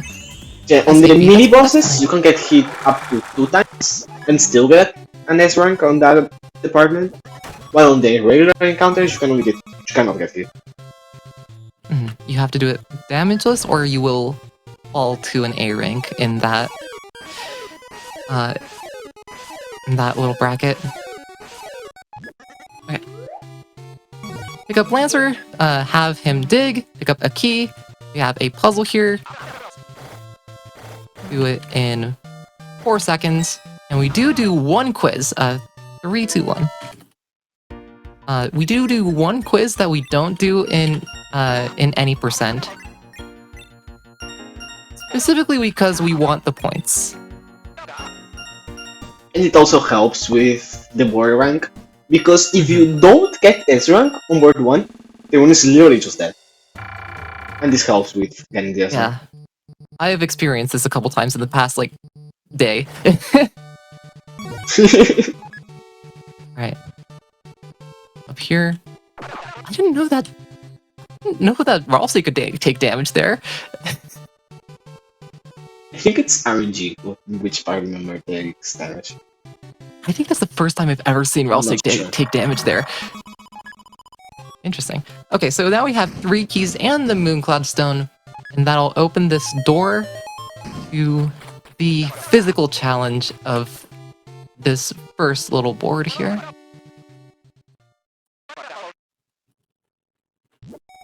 Alright. And hey, it is time for cooking. Everyone likes cooking. But before that, it's TV time! Everyone likes cooking if you want to talk about cooking.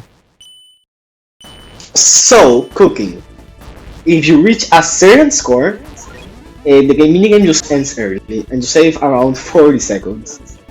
The bad part is the food where it spawns is RNG, and you can get screwed over most of the time. You want to get as many food as possible and throw it to the special guest, as you can see on the bottom. You can do this 3 times, and the minigame ends early most of the time if you don't get really bad RNG. But sometimes, if you miss the food or touch the fire, you can just lose a lot of points and time, and that can just make you not get this rank on the board. Yeah, I think that's pretty good though. Should be fine. I don't think I can do fast cooking, but You can go for it. Doesn't lose time if you miss. yeah, nah. Unfortunate. That's fine. So Nice. for fast cooking, you want to, when you jump and get a food meter, you get an extra point. If you get like every one of those, you can get fast cooking, which saves around 6 seconds doing it normally. But hey, doing it normally is completely fine. Honestly, if you can complete cooking on that 3rd special guest, you're very happy. Yeah. I have had a couple runs in the past couple days that did not get the cooking done on that special guest. I That is an wonder S rank. where. That is an S rank on board 1. And we do not need this pink ribbon because we already have one equipped. And we go to the S rank room. Yeah. Whoa, this is the S rank room. We want. There we go. Oh, I should have. That's fine. So, we do want points for later in the run, later in chapter 3, in roughly about 15 minutes. So we're gonna exchange our dark dollars for a few points. And then we go into this little mini game. Ram told us, the bartender told us that this is a game that rather Tenna has modified the games that we're playing on the main board. But these ones are unmodified. So let's plug in our controller and play.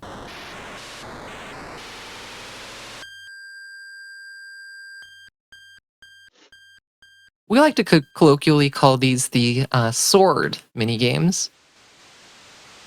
And there's a reason you may be thinking, why is it called the sword minigames? You don't have a sword.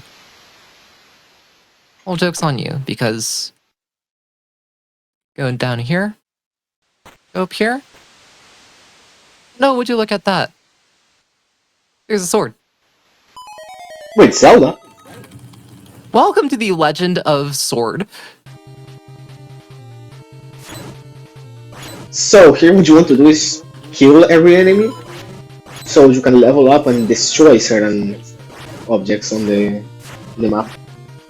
Yeah. The enemies, where they go is RNG. Sometimes you can just get screwed. Sometimes they can be very nice to you, sometimes they can be very mean to you. Yeah. That was not particularly nice, but that was just fine. Oh. I've never seen that enemy go that way. Okay. There we go. There's one enemy over here that we need to be careful of to not forget. Don't forget. You... That definitely hit. I don't know why that didn't. Okay. Go over here. And now that we're level 3, we have the ability to break these cacti. We also one-shot these yellow ones. So we go down here. Bloop, bloop. Take out that flower. Yeah, so if you slash and one frame later change directions, sometimes the hitbox just disappears and you don't hit the enemies. I have no clue how it works. Sometimes it works, sometimes it doesn't. But anyways, that is LV max. So at your max level, you can destroy trees now. Mm-hmm. And we'll definitely be making use of that. I think it's here, right? Oh. There's a little chest. Gives us the ice key. Oh, where in the world could we be using the ice key?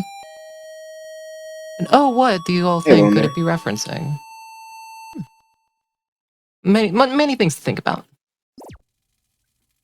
But now is not the time to think, now is the time to do the second board. I don't have anything I have to equip, right? No. The Hided Lancer, who was in this Dark World as well. Was turned to stone earlier, but for some reason he is fine for now here.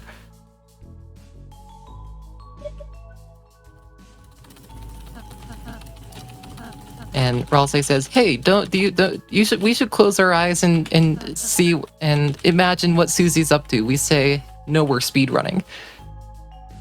Ralsei loves closing their eyes. Yeah.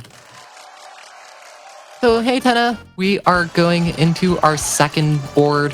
This one is a bit longer, roughly 10 minutes that we're going to be spending here. First things first, we have to go pick up our equipment. This time it's not a sword. Why would you ever think it was a sword? We have to pick up our camera. And we'll be using this camera to take pictures. Believe it or not. We have to take 3 special photos, of which that is one of them. We have to take a cactus. Our 4 options are a cactus, a red, I don't remember what they're called. I think in Japanese they're called scorpions, but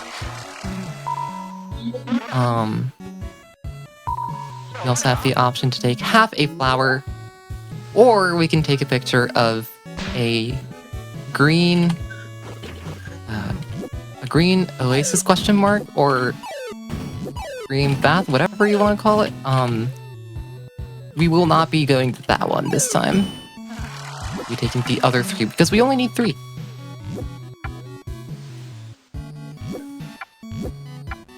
Yeah, also during notice here, Susie's getting points with 1500 points by the end of the board, so we can buy S rank.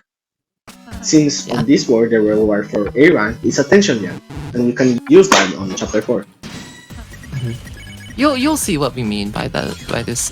Also, if you haven't noticed, we are controlling Susie, and have been for a little while.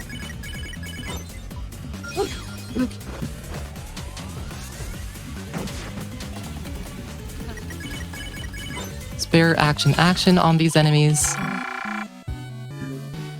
And Susie fixes our controllers, or so we thought. We actually still have control of Susie, and Ralsei has control of Chris and Susie has control of Ralsei.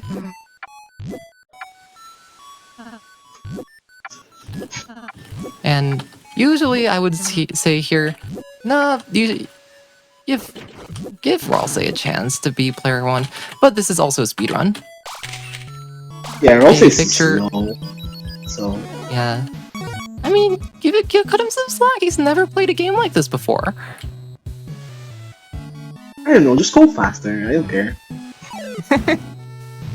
Okay, so now get out your prayer emotes again. This is RNG and can lose you very, very, very large amounts of time. If we get it quick this time. Nope. There we go. Oh. Not bad. So, Not bad. Lion has, I believe it's a 25% chance to spawn a red one. And sometimes you can just get a long amount of time without a red spawning. There's clips of people getting 9 cycles without it, and that loses around 40 seconds. I have not seen 9 cycles, I've only seen like 5. I think it's like a 0.01% to get a 9 cycle. It's really stupid. Yeah, it is an absurdly low chance. And I run Hollow Knight, and we have a 50-50 in that run too. I know low chances because there are people in that community that get like 20 misses on a 1 and 2.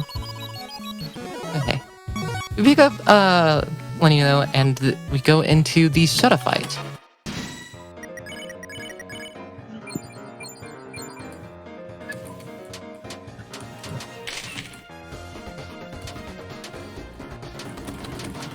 This fight, usually you act to build a spare meter, but in this fight, we actually don't do that. We actually spare to build spare meter.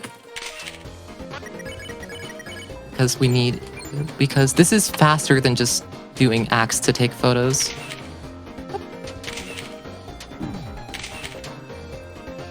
Nice. SSA. Do not have enough TB, but that's fine because we don't need an S rank here anyways. Believe it or not, we need S rank, but we do not need S rank. You'll see what I mean. For that, we do have a little cutscene. We have Lenino and El Nina who broke up earlier, and now they're friends again. They're friends again. They're gonna get back together, right? Oh. Oh. Okay. Alright.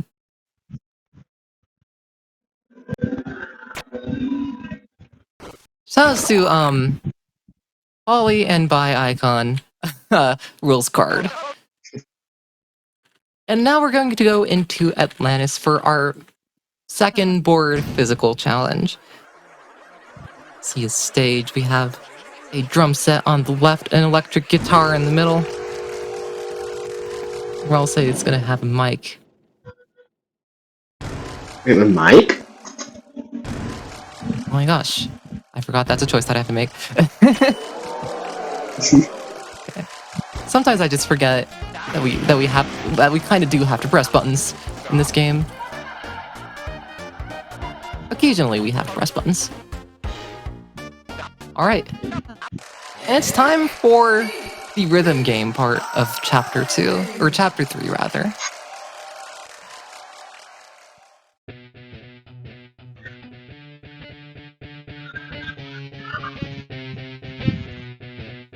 And I like rhythm games, so of course I'm going to play it well, right? I think I'm pretty good at rhythm games. Right.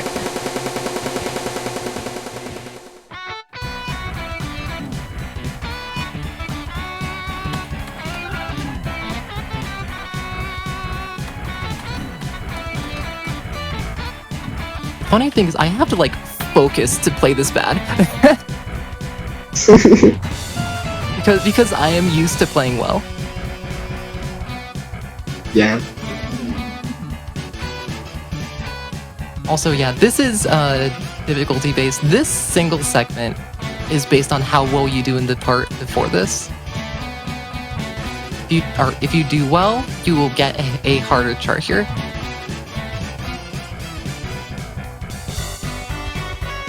Also, yeah, this music is really good, and I think this is unironically my favorite Chapter 3 track. This song is so good. I think I prefer Many Times Nightly more, but this one's really good. Chapter 3 has some bangers. Chapter 3 has some really good songs. Yeah. Also, if you wonder why we are not getting a good score on this minigame, it's mostly because it's with the moss, and the moss affects your score a lot. So you actually have to play bad on the minigame to get an A rank. I forgot that I got the moss, actually.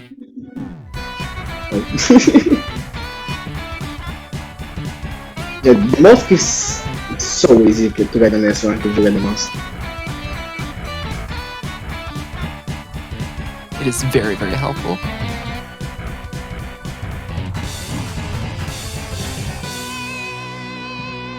Okay.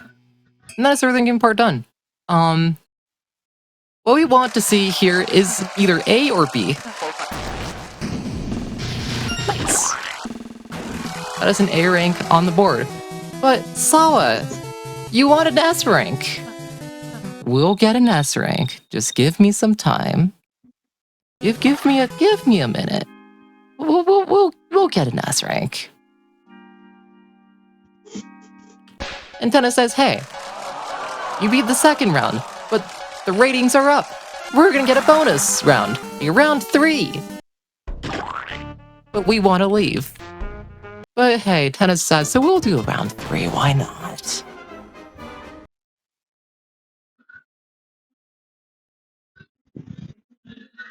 So we're gonna pick up this item here. This is the, is it the tension bit or the tension gem? I forget. Okay. The tension gem gives 50 TP when used in a fight, which also helps us in Chapter 4. So we use 1,500 points here to get an S rank. Chat. We got an S rank.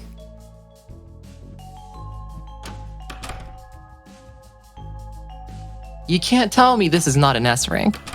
No matter what way you look at it, as long as you're looking at it from the back, this is an S rank. It definitely looks like an S to me. Yeah, it's. I think it looks like an S rank. Now make sure to don't die on this section. Yeah. It's not really that. It shouldn't be that difficult. Also, I say that in a run a couple days ago, I did have to retry the segment, so I'll be a little bit more careful. It should be fine. It's just RNG on this sword segment that can be really mean sometimes. When here, pick up the sword.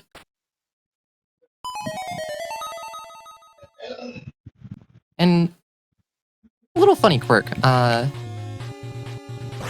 These little underground segments are all interconnected, so we can kinda sorta wrong warp back to the center of the map. Yeah. Welcome to Glitchless. So we're gonna get on this. Take out this flower, gonna go down here. Take out that fish. Go up, take out these ferns now that we're LV2. And we have 30 seconds of basically nothing. If you couldn't tell, this game has a lot of basically nothing in it. Yeah. Hey, we like it for it. It's some pretty fun, basically nothing, so.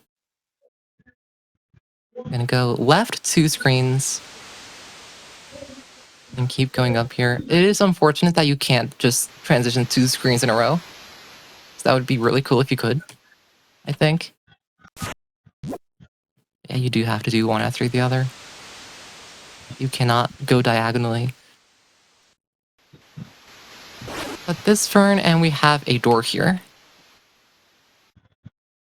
And what do? We open this door with the ice key. We go into the next little segment of Sword 2.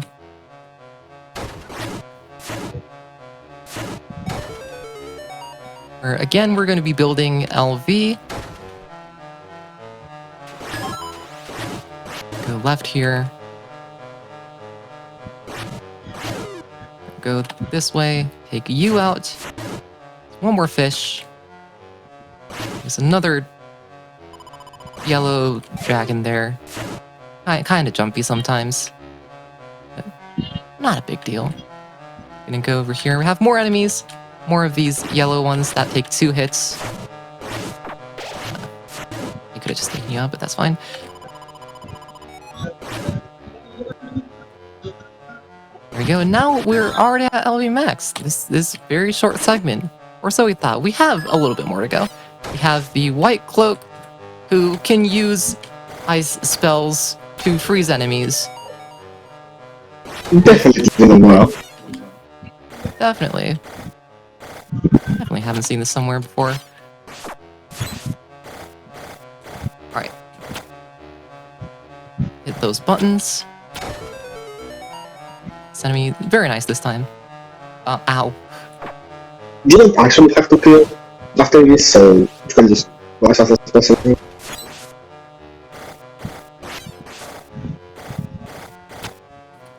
There we go. Now we can freeze the bird, and then we go up, left,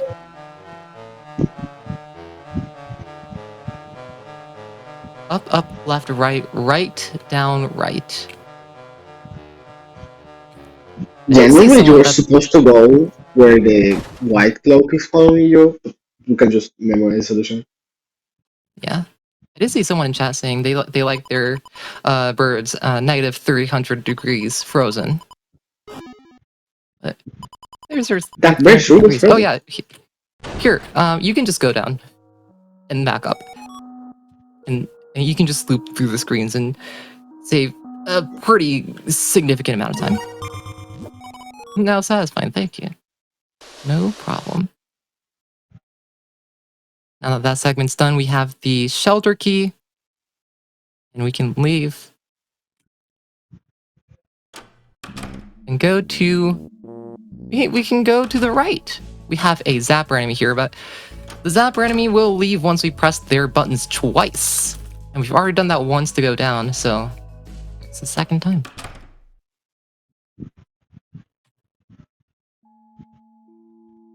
Okay. The codes are the same every single time. 2, 1, 3. Go into this room. Top option. Skip some dialogue. And if you notice, I do move up 1 pixel, or 1 frame's worth. Whenever I enter these rooms, it is slightly faster. There's a closer transition.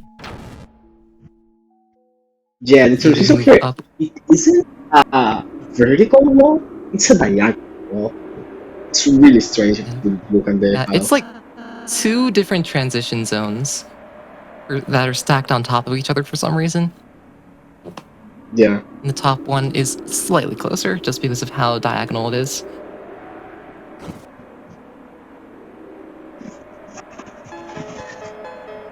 Alright, so, hey Tenna, hey Toriel, hey everyone. Please hold on, we have some technical difficulties. Not actually, but... And hey, we're back with Board 3! Board 3! It is very RNG. Mainly because we don't have control for most of it.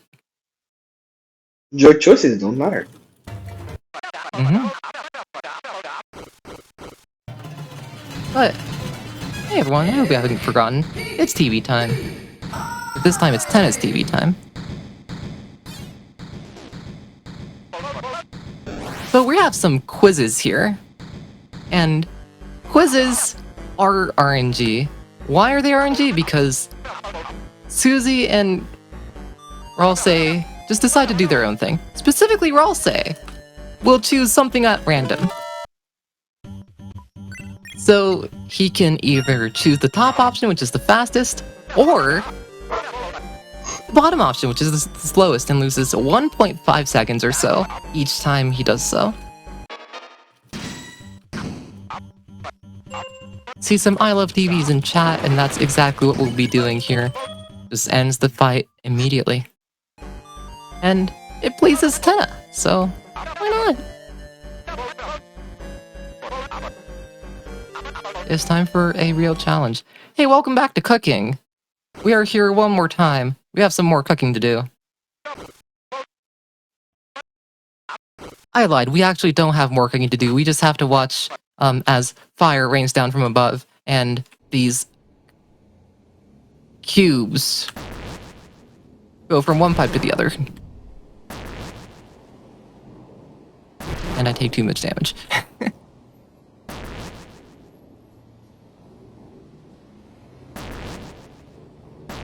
In fact, jumping above these doesn't do anything, but in the final fight, they do. It gives you a very minuscule amount of points. Ralsei, please. Ralsei, it is your time to redeem yourself. Thank you! I'm getting pretty good... I think getting pretty good Ralsei RNG recently. Okay. This fight, we do actually do something. There we go. We hit Tenna, and then that leads to that fight instantly being over and that shadow guy being instantly fired. Now it's time for another real challenge. This one we don't have to do anything. You know what? Press the button. One combo.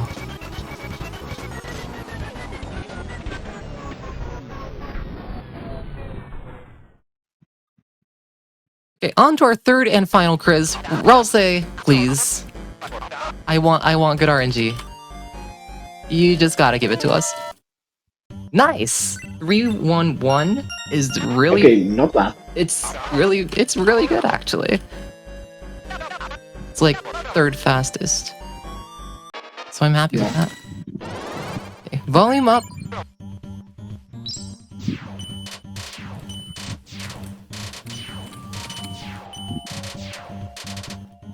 Okay, and that is the board done.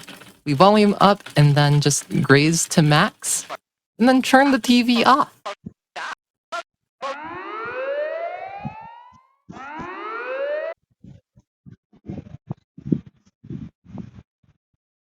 All right.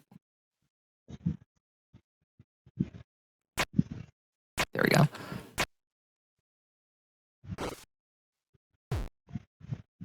Now that we are out of there, we are into one of the best songs in Chapter 3. Chapter 3 has some really good music. If you haven't caught on yet, Chapter 3 has some pretty good music. Chapter 4 has some pretty good music, and you've heard Chapter 1 and 2 have some pretty good music. Deltarune has some pretty good music. If you could not tell.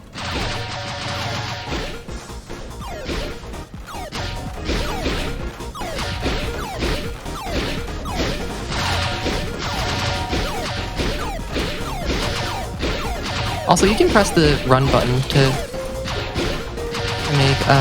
make Ralsei jump, which is, I don't think it's very known actually, because people just shoot.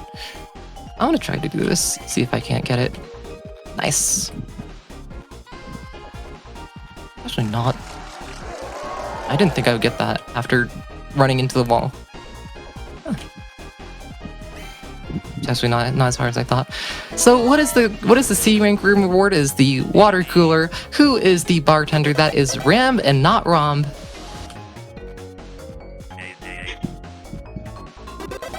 There we go. keep going.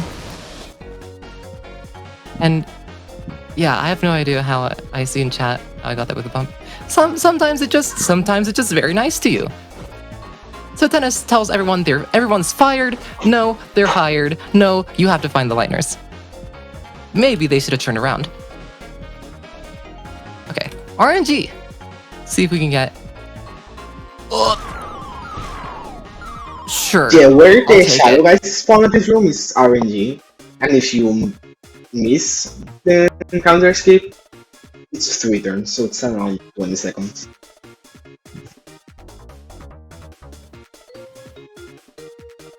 Dang, I thought I might be able to get it. No, just barely not. There's a That's fast fine. cycle you can do there.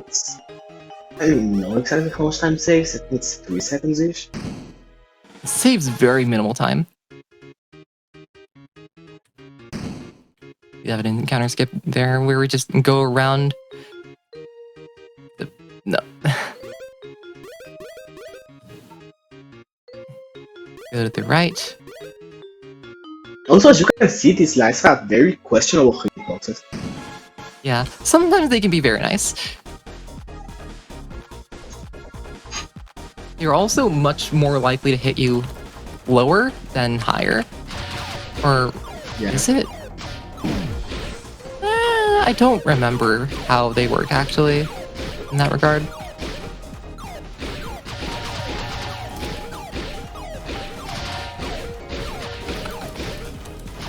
Okay. So that is the second shooting part done. Horse Ralsei. Oh yeah, interacting with this cover to the right unlocks a minigame for Horse Ralsei back in our hometown, but also we just leave. I actually don't need this healing. We have plenty of healing. I should be fine. If I'm not fine, we'll see what goes on in at the end of chapter 3. We'll see. Why would you need healing for Tenna? Tenna's the final boss, right? Yeah. We'll be fine. Go down, go right, go down, go right again. And here we have quizzes everywhere. There is a path though that does not give us quizzes. That is down, slightly up, then up here, and then all the way down. Nice. And here, there is a fast cycle that we can do for one of these, which is right here. And just keep going through that. Be completely fine.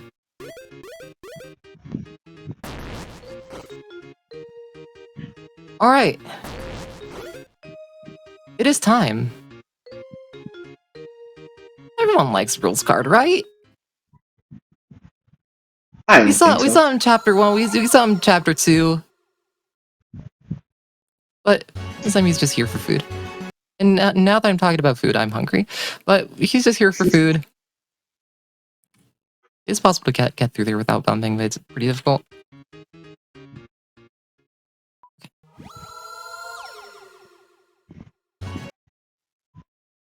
But actually, he does want to fight us.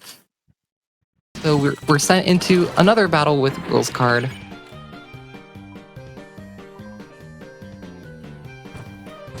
It'll be fine.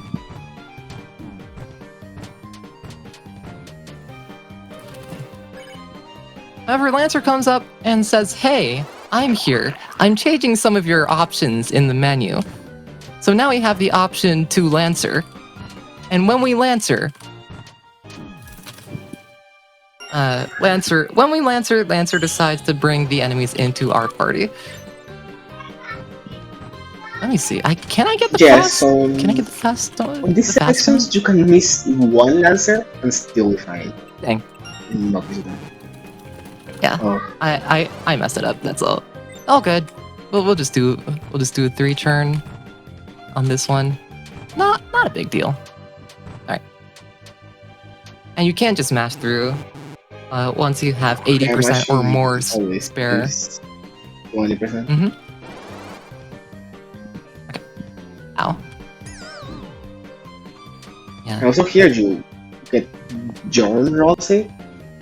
And this just skips this set of encounters. Dang, really? Also, healing speeds up the thing, so you can save a turn. But unfortunately, they mess it up. Not if you miss it.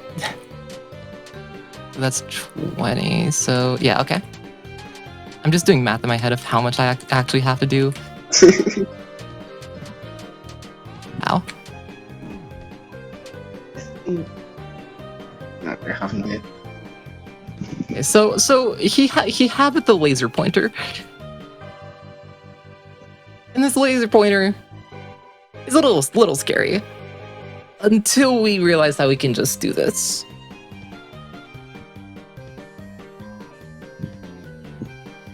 Okay. See if we can't get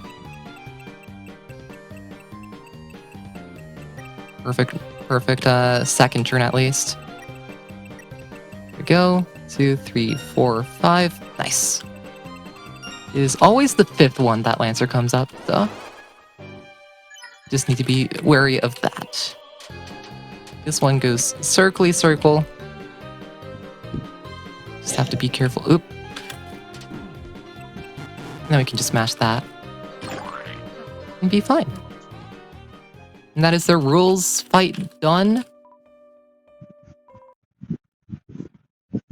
Rules takes his leave, and then Lancer says that the Shadow guys want money. Right, so that is the rules fight. And we're going into another all bosses segment. This is all main route things up to here.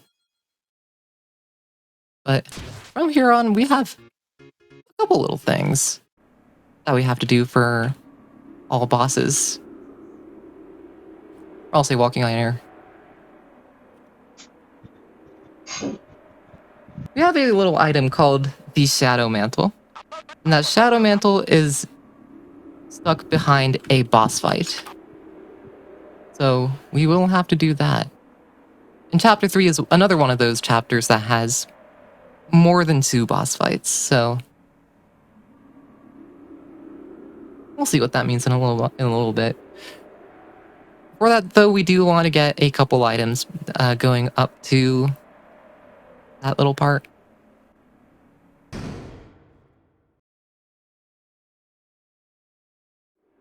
Alright. Also going to buy weapons for Chris and Susie. We're not going to equip them quite yet, but there we go. And you know what? We'll also buy some lodestones. We don't quite need lodestones them. give you 5% more TP each one. So you can just make up for the TP loss of Pink Ribbon. Very useful. Not strictly required, but helps a little bit with TP leniency. Yeah. Alright. Time for our third and final sword minigame.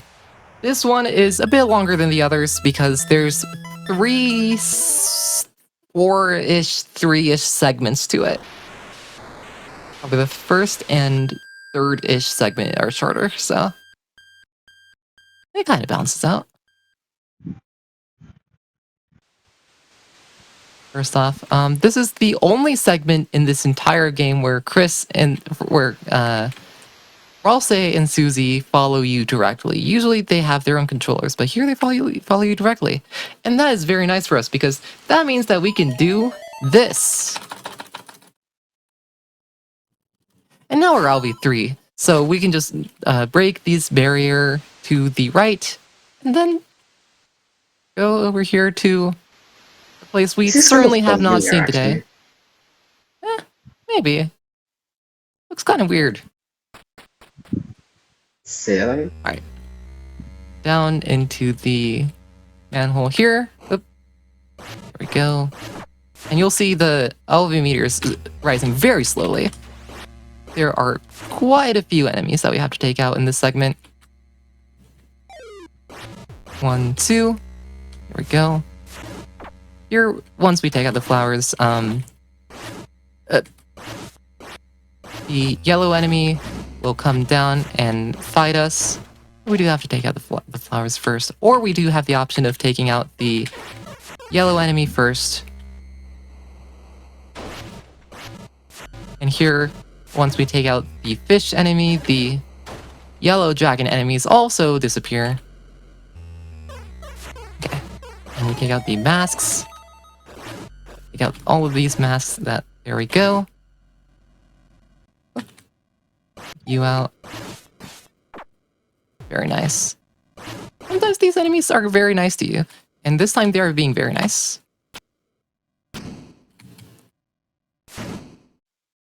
Let's see if we can get good RNG here.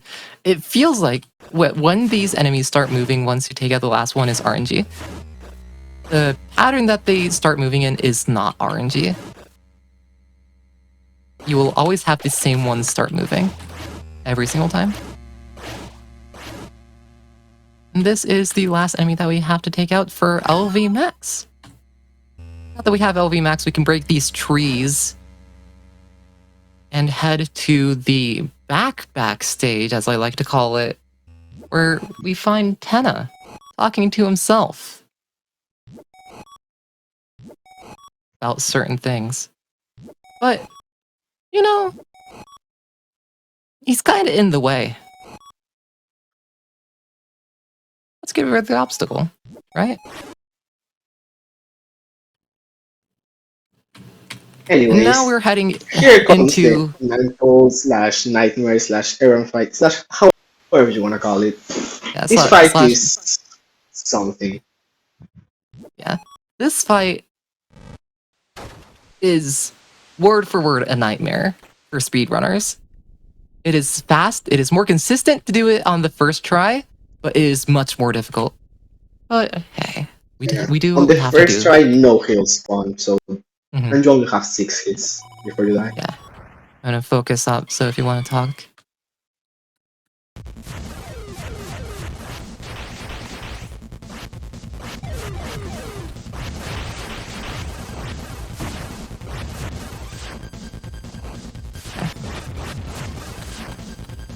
So on this first phase, the set of attacks is always the same, where mental goes or throws the one with RNG.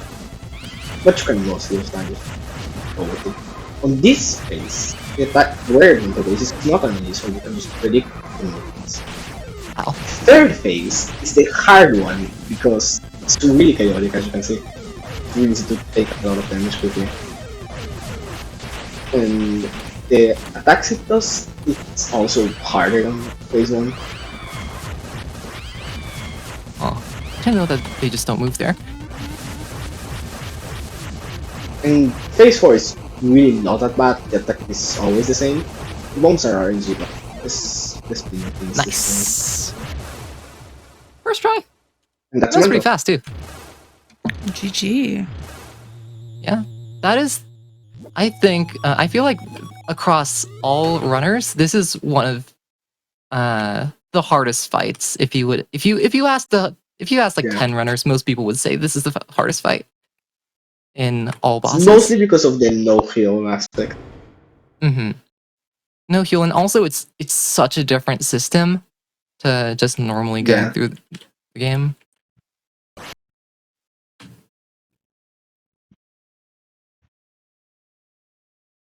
All right, and that is one of 3 bosses in chapter 3 done.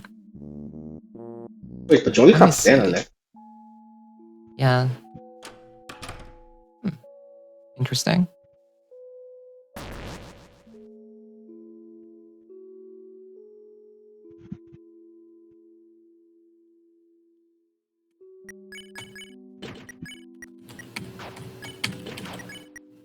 There we go. Don't need anything on you. Never mind. I do actually have things on you. Okay. So now that we've done that, we are heading outside once more. Gonna take a safety heal.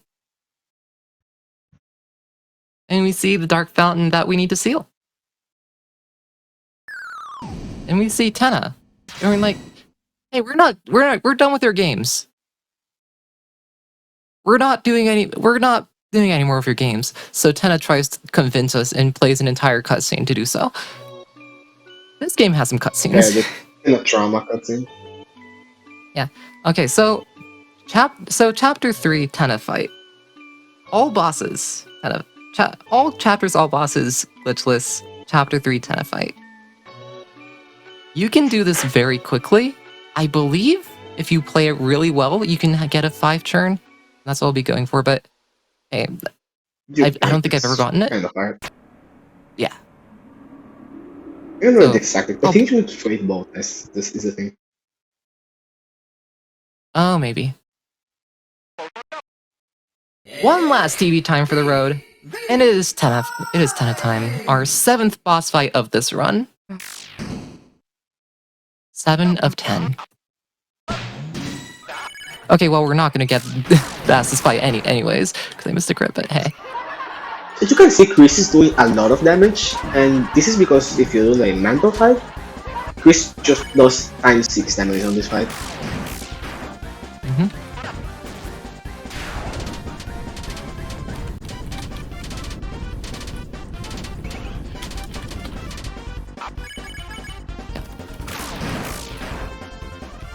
You know what? I'll try for a 4-1. See if I can't get that. You have jumps, so it should be fine. Yeah, there we so go. Here you want to trigger minigames as late as possible, because minigames are really slow compared to normal attacks. Or do we want minigames trigger with 50% of Tenna's HP? Okay, I know if that's good. So when minigames trigger, they take like double the time of normal attack. So you get to 51% HP around that, and then just go all the way down to 20% HP, which triggers the final attack. Nice. There we go, that is the final attack. Nice. Okay. So you see in the top right, we see the channel, the current channel. Once that reaches 20, that goes into his final attack. Depending on what channel 20 is, we can have an animation going into the final attack, or we can skip that, and it is significantly faster to skip it, like on the scale of seconds. So let's see if we get good RNG. Nice. That is a simple 2 out of 5. Also, just shooting early. I don't know who coded this game. Right, and that is the Tenna fight done. That's basically the fastest that you can do it. It's close enough. And you know what? Shout out to Spamton on the bottom right. Yeah.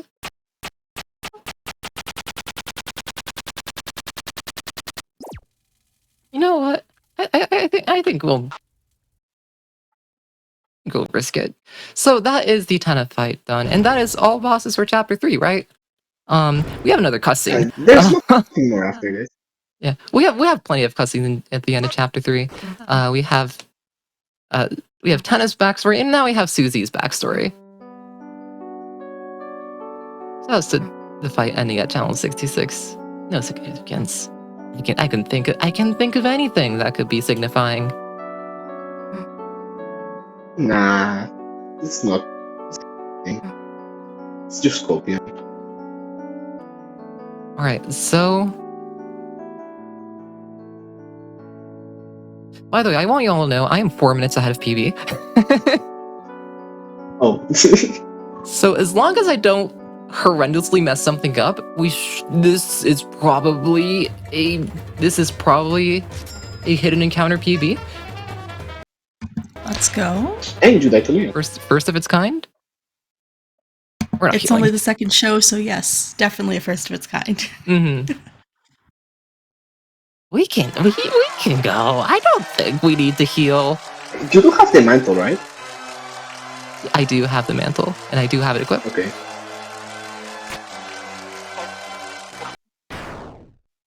So about that third boss. Here. It's the night. We all know. About that third boss. Mm-hmm. The strat for the night is getting as many root busters as possible.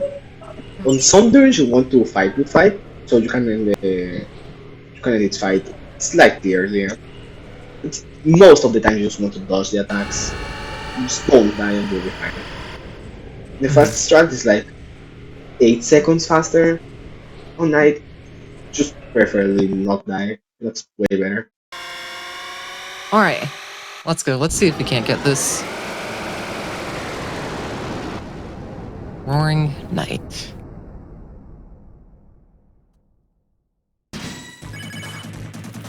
We'll see Chris at 78, Susie at 138, Ralsei at 4. This will be fine. We'll Just be don't get fine. into the multiple.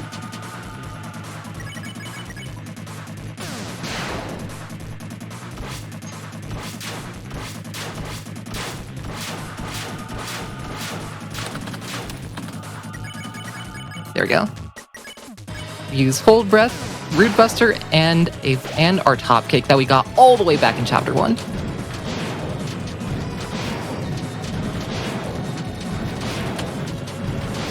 Raise for TP.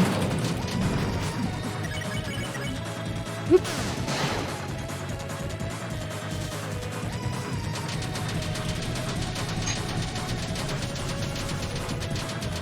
There we go. I'm gonna focus if you want to talk about this fight.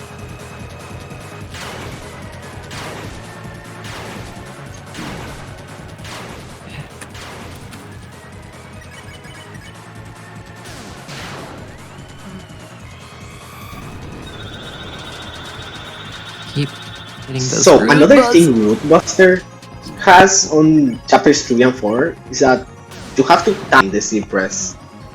You cannot just smash it like on chapters 1 and 2, you have to time it when the Rootbuster is about to hit the enemy. It's go around 30 more damage if you time it correctly.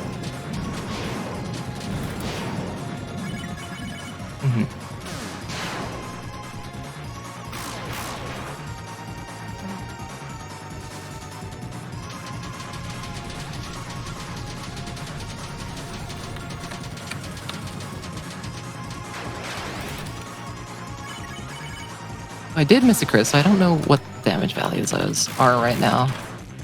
I'll do an extra turn of attacks. I think just a root should be fine. Oh yeah.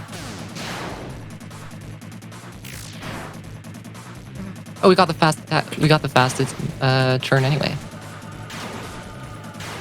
Nice.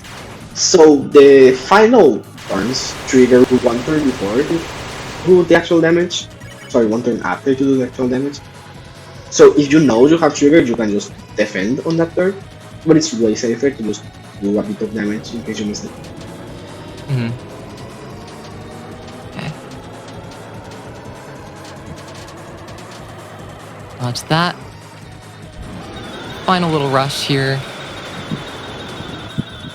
Watch that, and with that, everyone. Seems hard, but it's really not that bad. That is the night fight.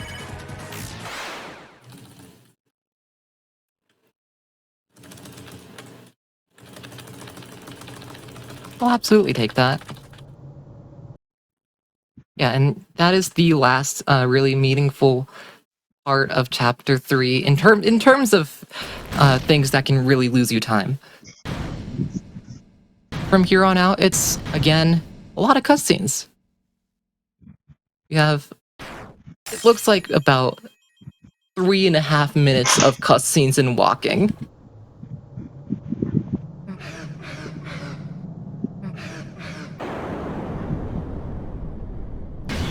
So we've defeated the knight, right? So why is the knight still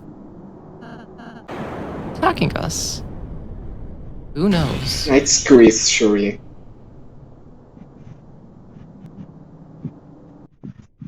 We'll see the knight again in Chapter 4, and we'll learn a little bit more about them. Well, if you play normally, you'll learn a little bit more about them. We don't learn very much more about them because this is a speed run.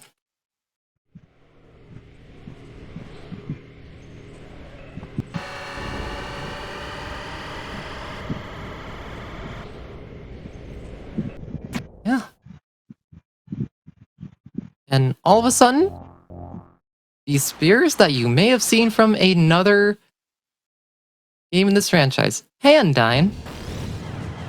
Bye, Undyne. So, if you think about it, the real call on that, I think Chris made the Dark Fountain. We spent an hour on the Dark Fountain, and then a night comes.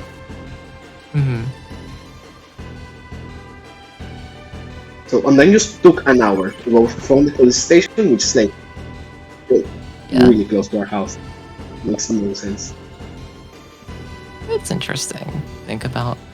So we did pick up a shadow crystal, which is a requirement for all bosses. We also picked up the black shard, which is our signature item that we pick up from that boss. Every shadow crystal boss gives us a weapon or armor that we can use later on. And here in chapter 3, we pick up the black shard, which is a specific weapon for Chris.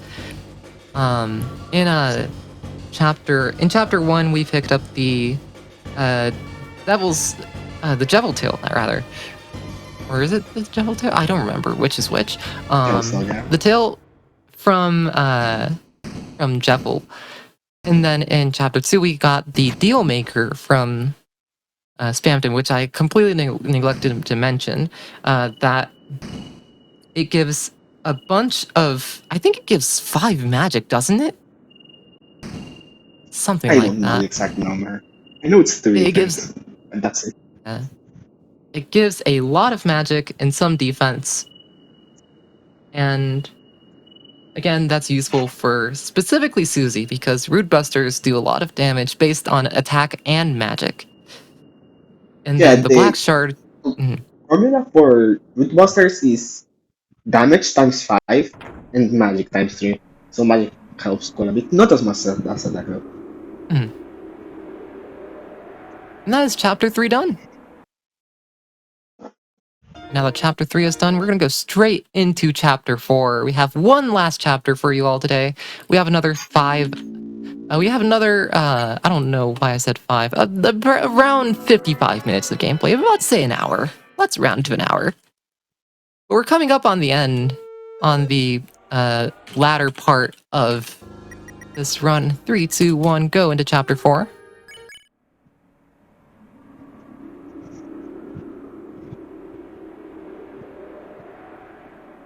So, again, going back to what I was talking about, the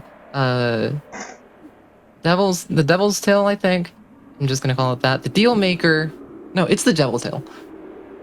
I remember now. And the Deal Maker. And then we get the Black Shard, our first weapon from a secret boss, which gives Chris an absurd amount of attack. Like, and it also has the property of Slay Dark, which does more damage against this chapter's final boss. Yeah, it does more damage against dark type enemies. Oh, also, we went to sleep again. That time we slept on the chair in the living room. This is the second time we slept on a chair in the living room. Yeah. Believe it or not, we have slept an equal number of times in our bedroom as our living room at this point. Which I think is really funny. And if you do play through that light world part normally, it takes quite a long time. I think it is the longest light world part. It's easily the longest light world part in this game. Oops, that's not what I meant to do. Please hit me. Here we're just gonna get hit because that's faster. Okay.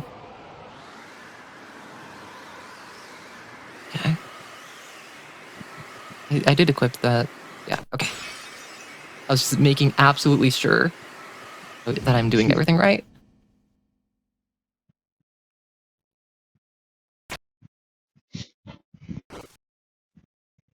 But yeah, Chris is hurt, and Susie tries to heal us, but can't quite do it. But But there's someone that can, and we hear his voice from over to the right. Hey, Ralsei. Ralsei is going to heal us to max.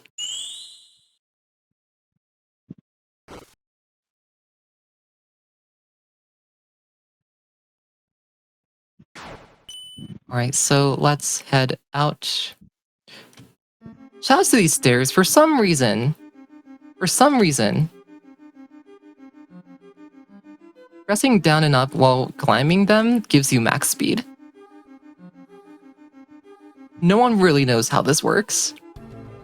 Chapter 4 staircases. Just not only focus moment.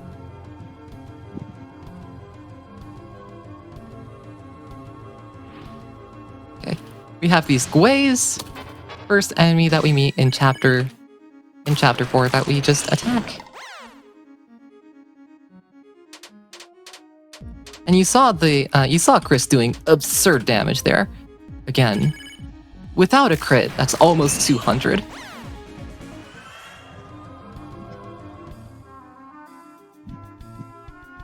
They are our biggest attacker at this point, even more so than Susie. And that really isn't going to change for the rest of chapter 4.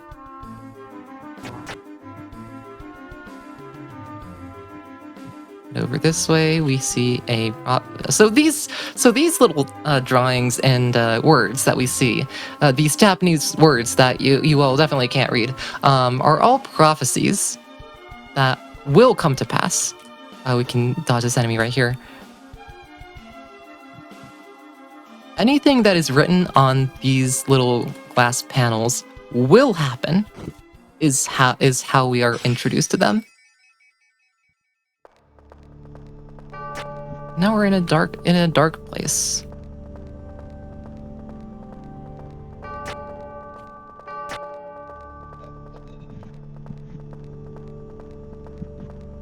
Here we go right, and we go up, and then right once more. But then we have an enemy that's chasing us, so we're going to turn back. Go down here, left, and then down. That is that little segment done. There are a few of these dark segments in Chapter 4. Chapter 4 is very much based on darkness, more so than Chapters 1, 2, or 3.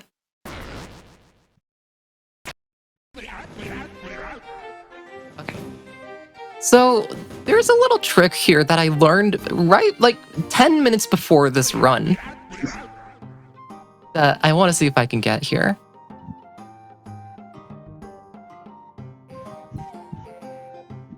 So we're gonna heal, even though we probably don't need it. We're gonna brush up against the top wall. And just skip that fight. For some reason, if you go up against the top wall, the enemy spawns higher, and you just skip the fight.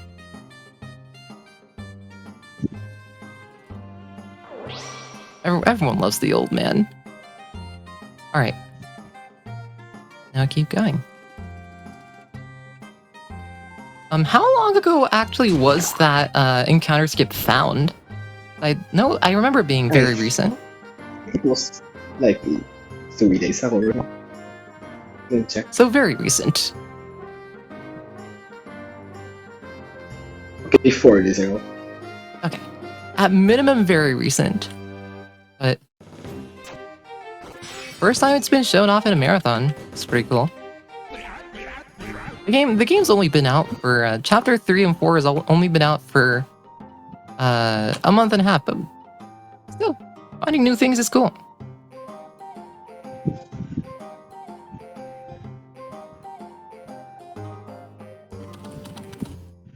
That's not right.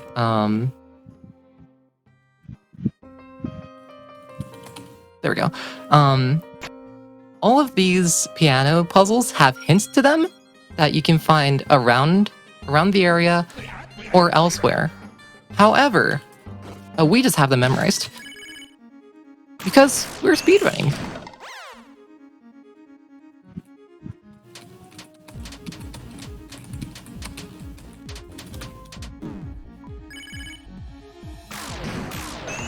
You don't ever need a Rude Buster for a fastest fight, right?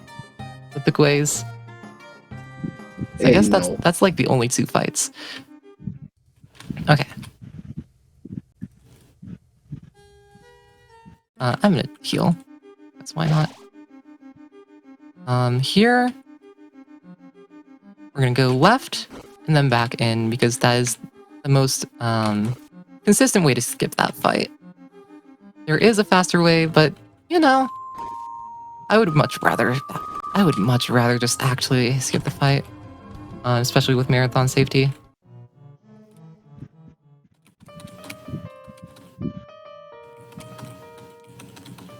There we go. Taking a couple tries for a couple of these puzzles. It's fine though. I could have healed here. We're heading into this segment. It is very dark. And this dark part, everyone knows what's coming next, right? First off, we're gonna fall down here.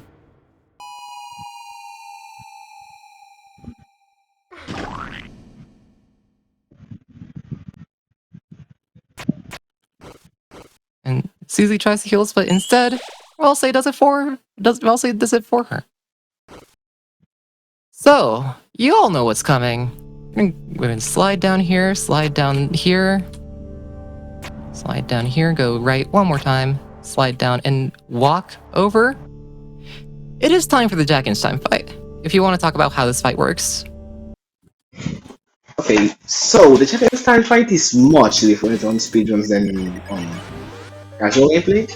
First of all, we use the tension gem and tension brick we got on previous chapters, so we can immediately just unleash and just skip a bunch of the fight.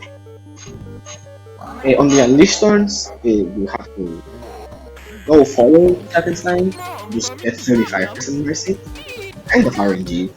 Technically not RNG for heroes, but it's basically still RNG. So we have an act, Scaredy Cat. You can use that act to go way faster on each turn at the cost of a lot of our defense. So if you're not careful and get hit a couple times, you can just completely die on the attacks. Thankfully, all of the attacks are set patterns and not RNG, so you can learn the attacks each time. This strat requires getting every single treasure thingy, and on the last turn you don't use Scaredy Cat, so you can get that bit of extra TP again to end the turn earlier.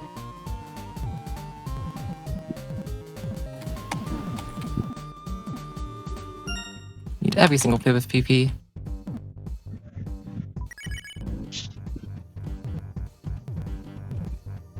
Oh, I actually do have to go back left, I forgot. And yeah, that's exactly 60. Nice.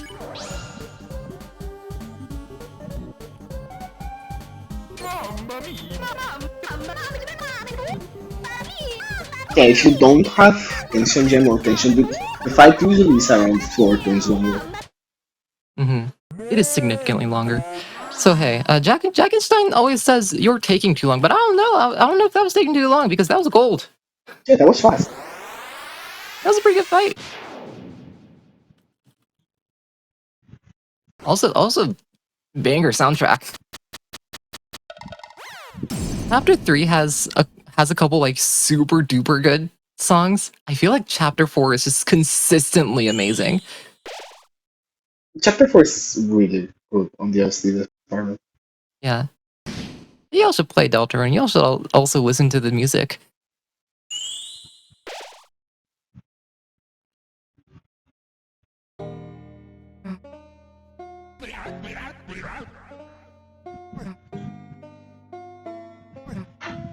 And here we have more cutscenes. Again, Deltarune has some cutscenes in speedruns. Luckily they are very hold the menu button cutscenes, so generally.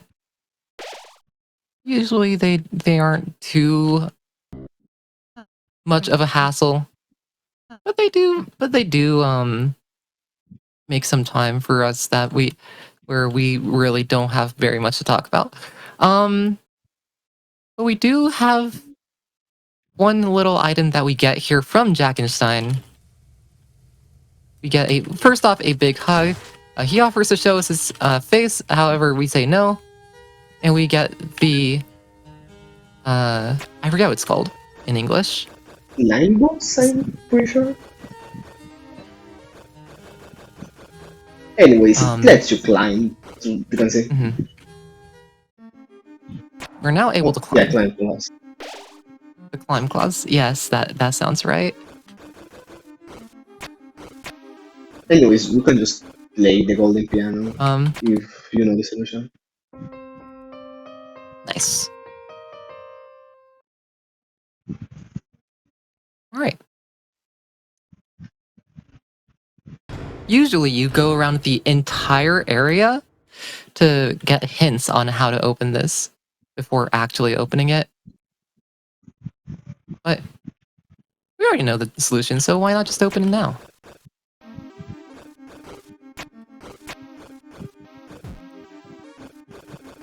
Now that we're here, let's go do the secret boss. Our 9th of 10 boss fights in this run. First off, we go try to take the magic axe, but it stopped. Apparently, there's a price tag of $999,999,999 dark dollars on this on sale, and unfortunately, we do not have that kind of money. But the old man decides, hey, I'll give you a little deal.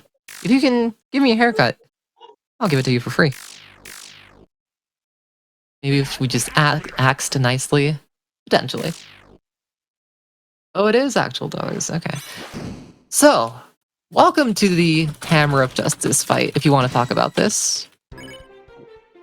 Okay, so on this fight, you need stars.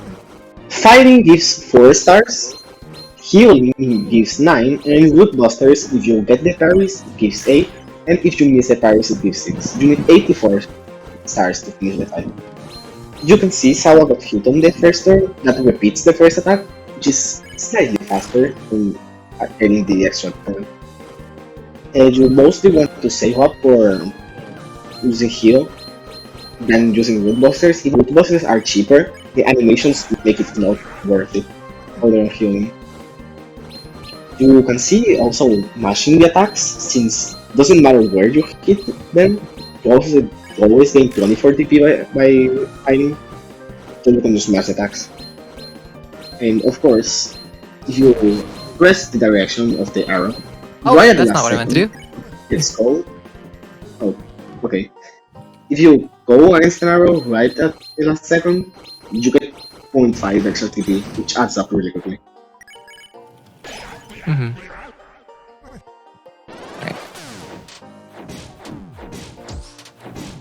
So this shell attack is really hard to raise.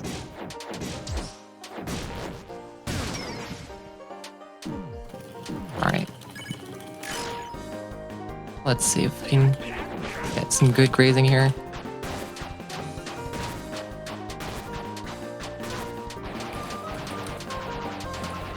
This attack seems kinda hard, but you just have a really small hit. Yeah, the hitboxes are small, and the patterns are interestingly similar across different waves. Oh, I forgot that there's more to that attack. I always forget there's more.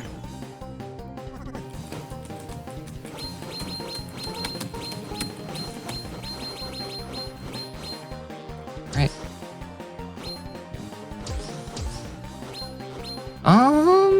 Yeah. Should be fine, just do that.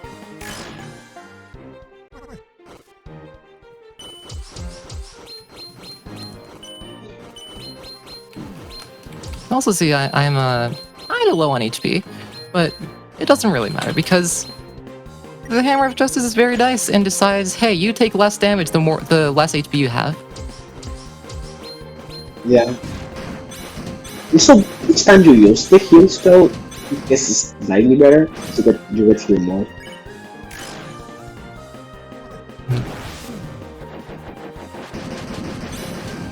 Also here you can kind of damage boost because your iframes are really low. And when you get hit on the iframes part, you cannot raise. We have mentioned this earlier, but you can't raise on those frames. And because the iframes are really low here, you can just damage boost to raise more.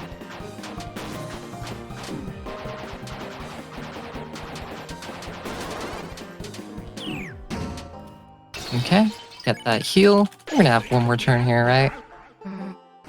I think so. Yeah.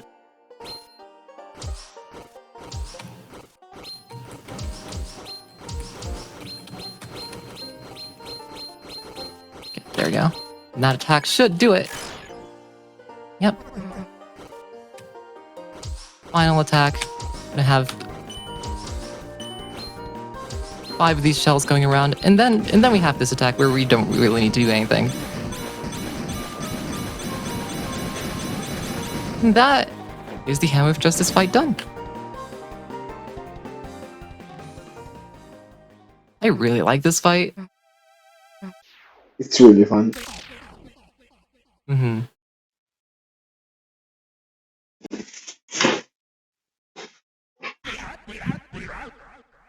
It's really fun, and also it's really fun if you know Undertale, because it has that green soul mechanic from that game.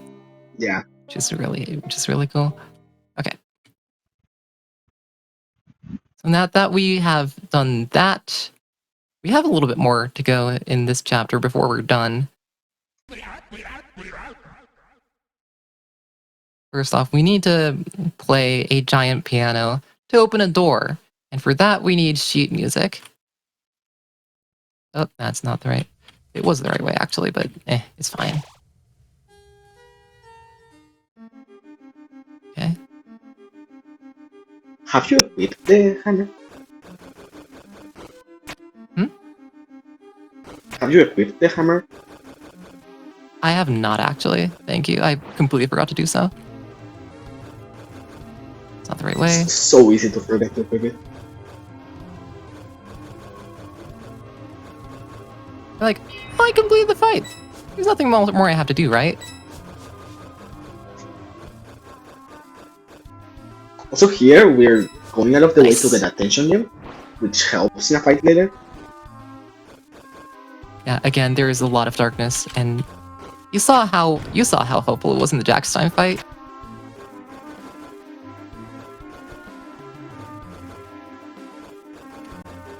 Dang. Yeah, it's fine. It's hard. There is some routing for climbing. I've not bothered to really look at it, but I probably should. All right, this room. This room is entirely cycle based.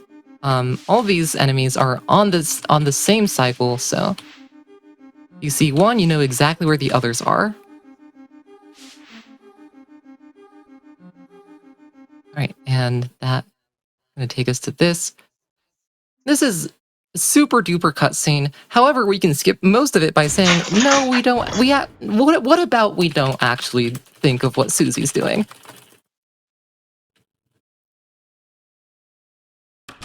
And then we leave. Susie has magically attained the sheet music.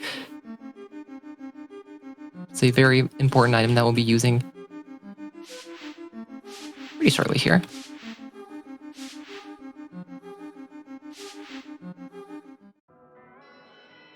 Hello, we say hi to the piano.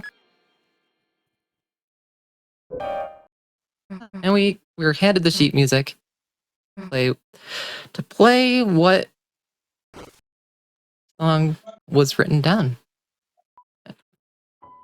Again, this is another one of those spots where you don't have to press anything. I was going to drink water, but I'm out of water. I'll act like I'm drinking water. You should all hydrate too. We've been here for 3 hours. If you haven't stretched, stretch. If you haven't hydrated, hydrate, please. Self-care is important, chat. Very important. I'm definitely stretching my hands. Speedrunners' hands are sometimes their most important resource. Sometimes they're not, but most of the time they are. Sometimes people decide they only want to use one of them. which I have no clue why anyone would ever want you to do that if they have access to both hands, of course. But sometimes people have ideas. Alright, so that is the piano cutscene, and all of a sudden the door above Gerson's study is opened. And now we can go say hi to whatever lies beyond it.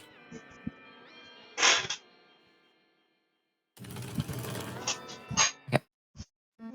First, we do have to climb back down here.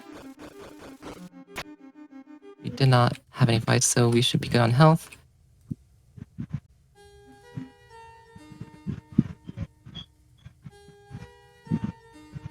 And Gerson says, "Hey, Susie, don't you have something I want you to write something for me." So that is what we're going to do. We'll be doing that in a couple minutes here. First, we have to get out of this dark world. Nice. No slowing down.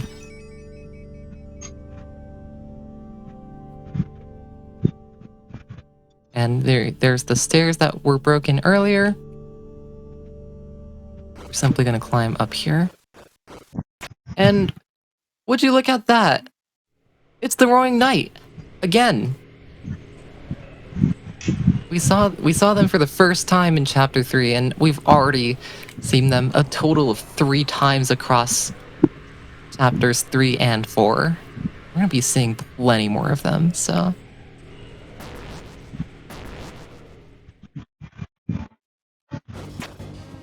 Alright. So here the swords are cycle based. So if you always do the same thing, the swords always go the same way. It's really not that bad if you know what you're doing.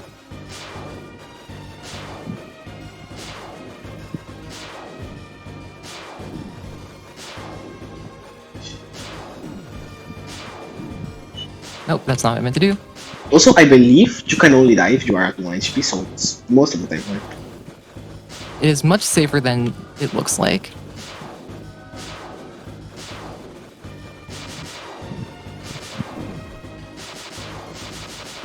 And I do have to be a little bit careful because I was at 1 HP there.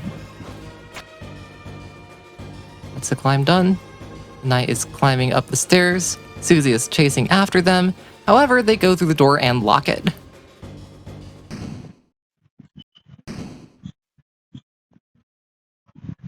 So what we have to do now, we're going to take a different route.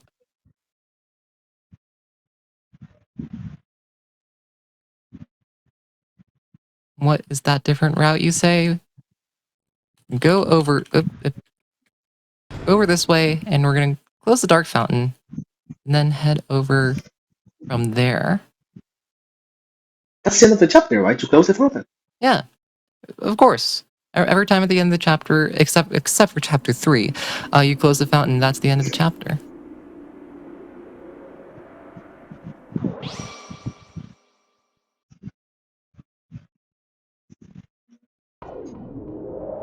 Now we have a little bit more to go.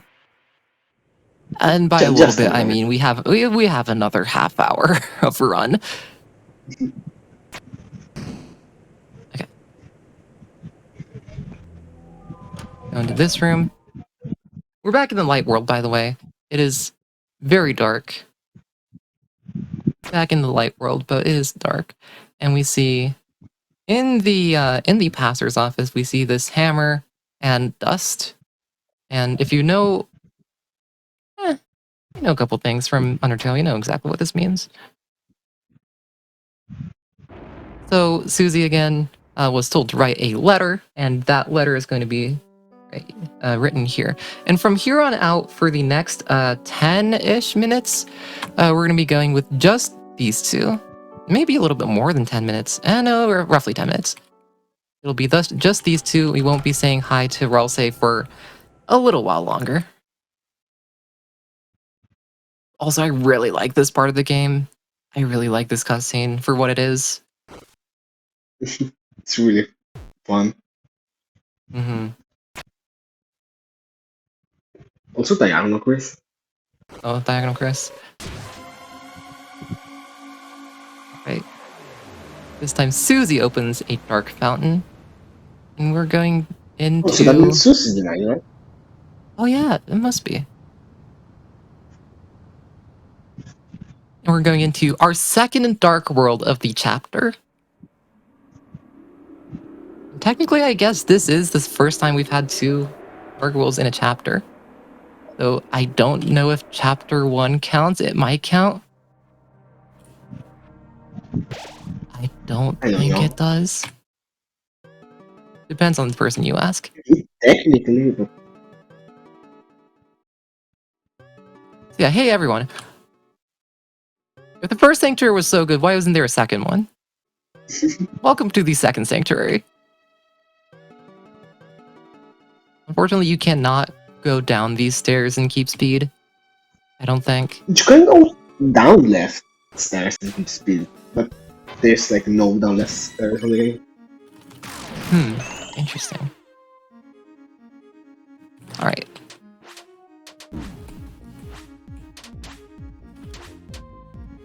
These wing blades, if you miss a single crit, you take an extra turn, so we really did not want to, but hey. Not a big deal.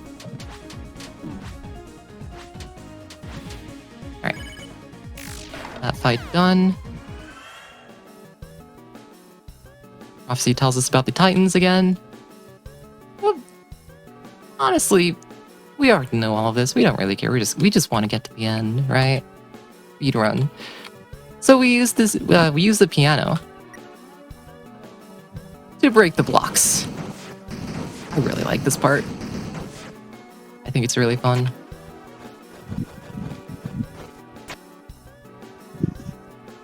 Up here, we see another one of these prophecies. We're gonna climb.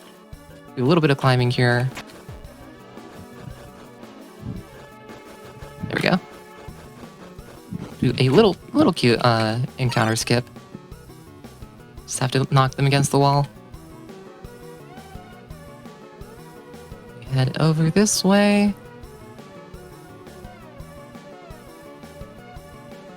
A prophecy that's supposedly about Susie, right?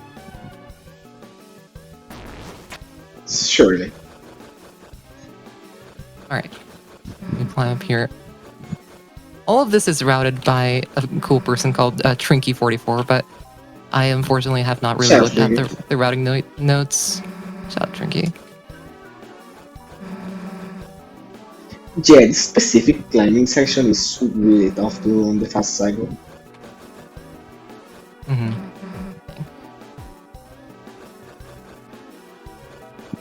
Also, sometimes you release the jump button or too late and end up not moving. It's just really frustrating.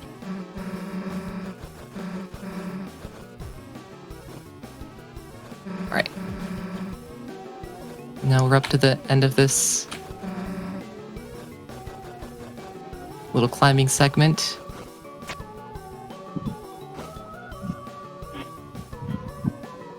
And we have these bells. We have...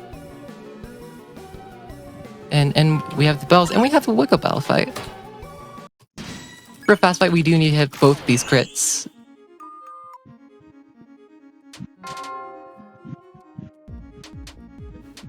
Yeah, this game has a lot of grid-based things. Do you think it's more or less than Deltarune? Or than Undertale, rather? I think it's more, because Undertale is just Asgore. Alright. Well, Asgore has 36 in a row, but... Also, remembering, I forgot to equip it again. I forgot to equip everything again. Oops. Well, I'll get that done in like 5 minutes here. It's not okay.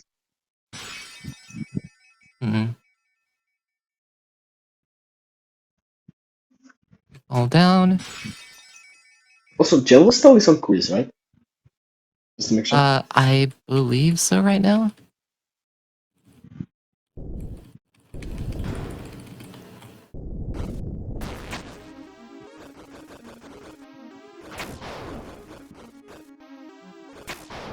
Oh, I forgot that you can jump back there.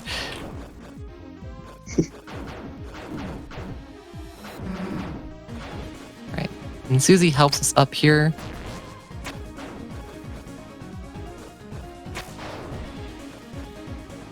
I'm up.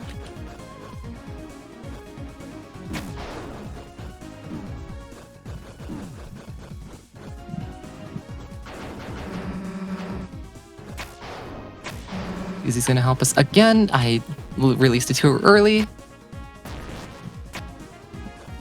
Do that. Do that. Do that. If we stay here, it's slightly faster than climbing all the way up. Because Susie will catch you down here regardless.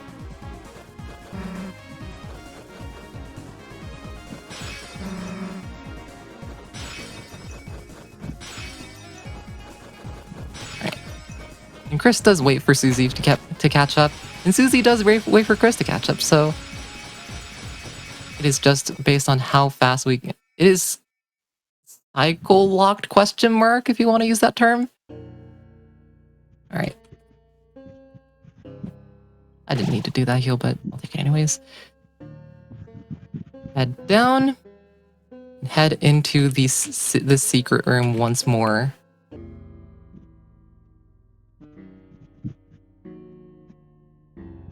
Let me...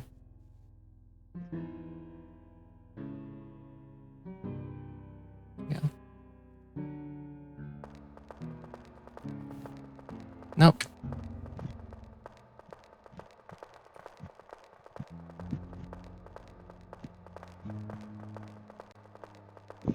There we go.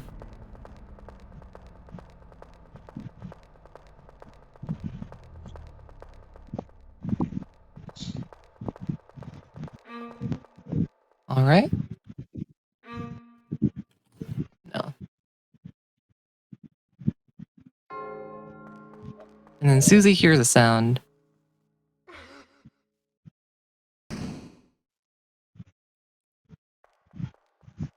And tells us, she tells us not to move, so we are going to move.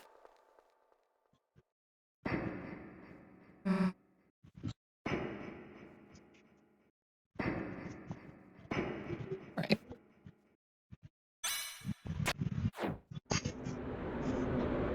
And then we have the Sound of Justice fight, where we don't really have much to do other than just wait. Right. However, it is slightly faster to get hit here. It's actually pretty significantly faster to get hit here and skip the first little phase of this fight. Skip that, and then we're into the next little phase 2 of the fight. Let's say where Chris shows up to help. And this is where we use the tension gem from earlier. It's around 5 seconds faster to use it here.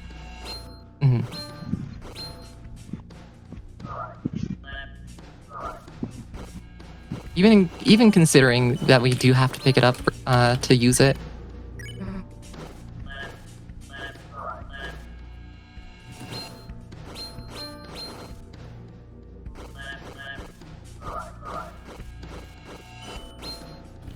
All right, 72.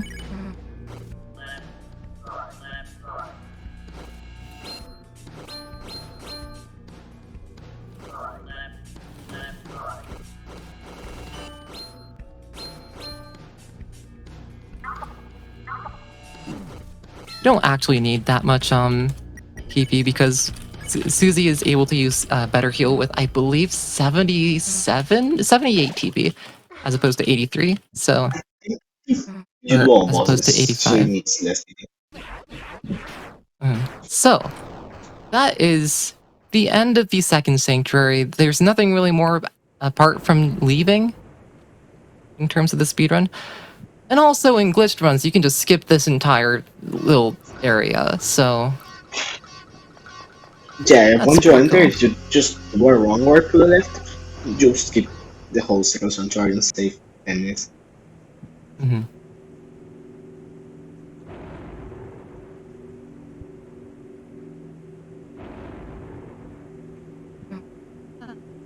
Alright.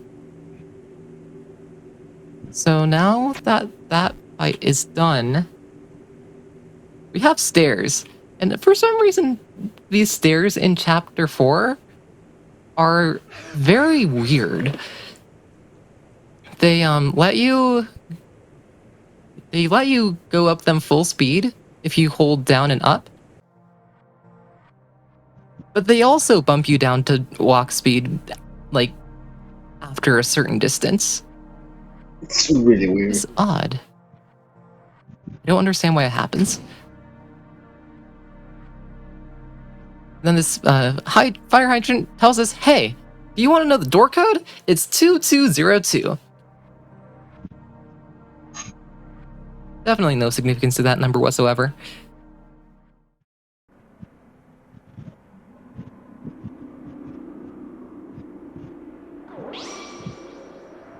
It's funny because on Glitchless, Susie just opens a dark world, yells at Ralsei, and then leaves. Mm-hmm. Then we open this lock. Go into this dark world.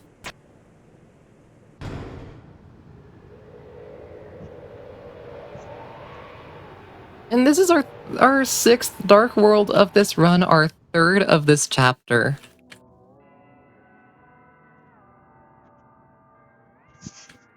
And this is our final dark world. Unfortunately, there's no more after this. We're heading into the final parts of this run, of this 3.5 hour run. We've been going for 3 hours 15-ish. So if the second sanctuary was so good, why isn't there a third sanctuary? I accidentally said the punchline before actually saying the joke. Ignore that I said third sanctuary first. Okay, so we already see the dark fountain, but we need to get up there somehow. So what we're gonna do is we're gonna go this way. Oop! I'm just gonna attack. Oh. Yeah. Yeah, normally with good movement you can skip it. Yeah. But it's kind of tough sometimes. Yeah. Not a super big deal. Alright. Go up this way.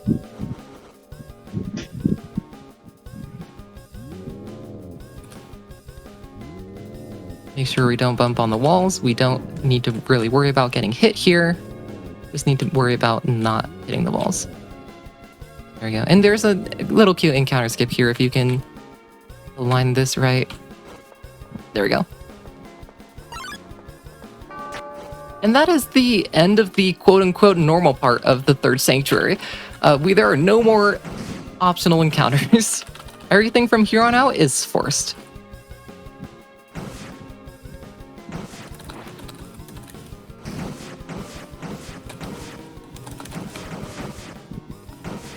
Alright. There we go. Nice. Jump off the piano.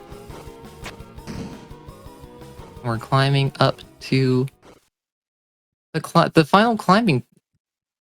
That's not true. This little glass pillar that we need to climb, but we can't get up. Therefore, Jack and Shine decides to help us. It is faster to time up presses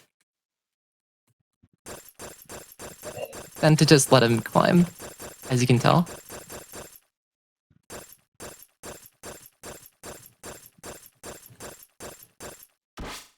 Alright. So, unfortunately, since we don't have any recruits, Jack presumably dies. mm-hmm. No! Orignite, how could you possibly do this? By like 2 seconds. Because this cutscene is 12 seconds far. But choose a turn some encounters. Mm-hmm. Oh yeah, I guess it is now in Glitchless too. Is it? Actually, I don't know. Okay, so this segment's really cool. Especially when you're on your first playthrough. In speedruns, it's just, hey, could you please move faster? It's just hold up. Yeah, it's just hold right, hold up, and try to dodge as best you can.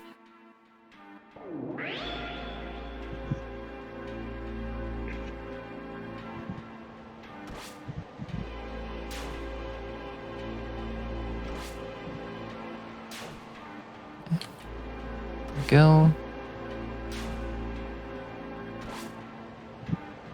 Dodge this one to the left, and then there's going to be no more spaces to dodge after we dodge this one. We just kind of have to take the hit, but we get back up. And this is just an auto scroll. Yep. The only thing you can do is hold up.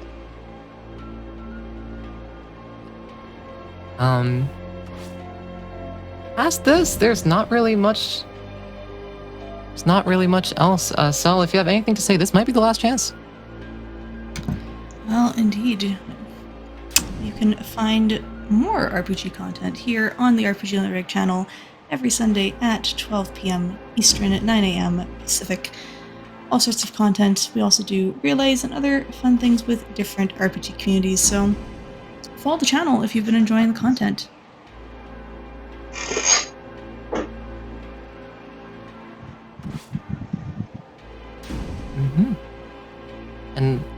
And as we say that, we're coming up on the end of this little segment. We have this door, and then we're into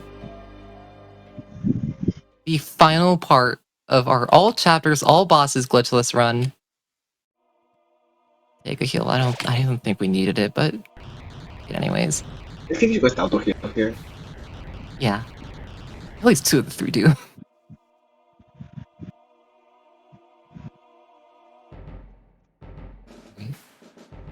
And there's the night, and there's the dark fountain behind it. So that's where we have to go, right? And Susie says, if we seal that dark fountain, you're done for. However, the knight has some other plans.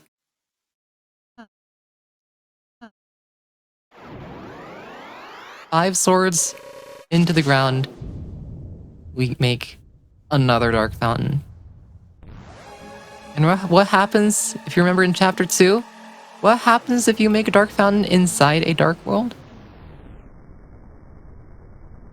Darker than dark. Darker than dark. Makes a titan. So, from here on out, we have roughly 8-ish minutes of titan fight. I love this animation, by the way.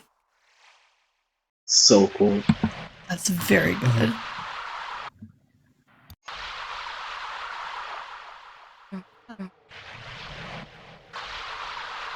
Alright.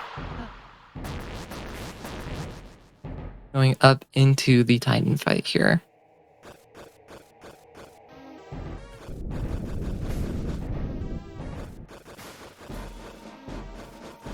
Oops, yeah. Another climbing section that has been very nicely routed out. And I wish I knew the route, but I do not at the moment.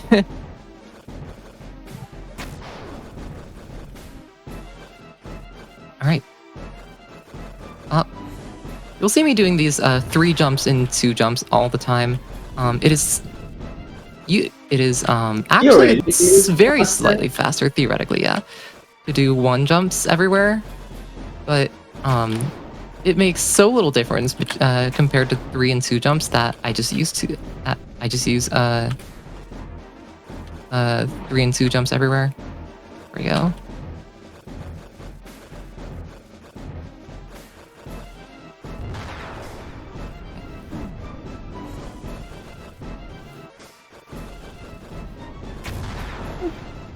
One, 2, and 3 jumps into the Titan Eye.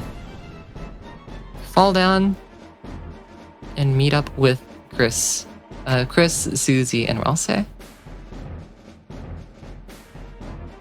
And here we have another fight where we need to hit crits. If we miss a single crit, we lose a turn, and if we miss a single Chris crit at the very least, we lose a turn. I don't remember exactly how many crits we need, but I think as long as you keep the crits on your hand. Yeah. So this is where the Black Shard really shines. You'll see the numbers. Oh, look at that 2,000.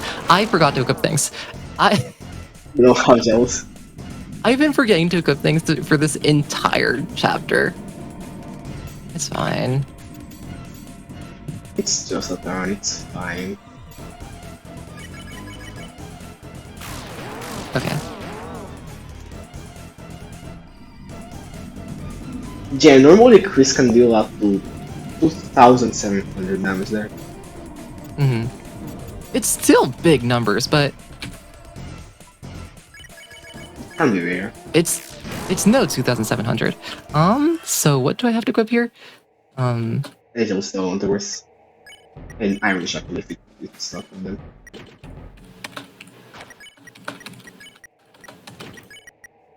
Okay. There we go. And this is going to be our final equipment for this run. This is going to be the equipment that we use for the final fight.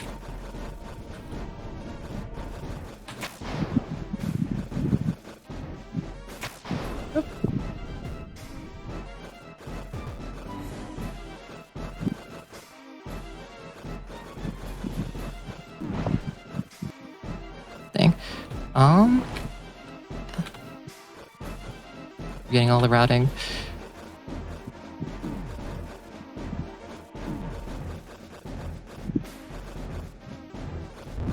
Here, it is faster to climb up and then go sideways too, because you can use the speed from climbing to go sideways. Alright. Go. Up, up, right, up, up, up. 3 jumps here instead of 2 jumps. 3 jumps being 3 tile jumps. Then Susie helps us up the rest of the way.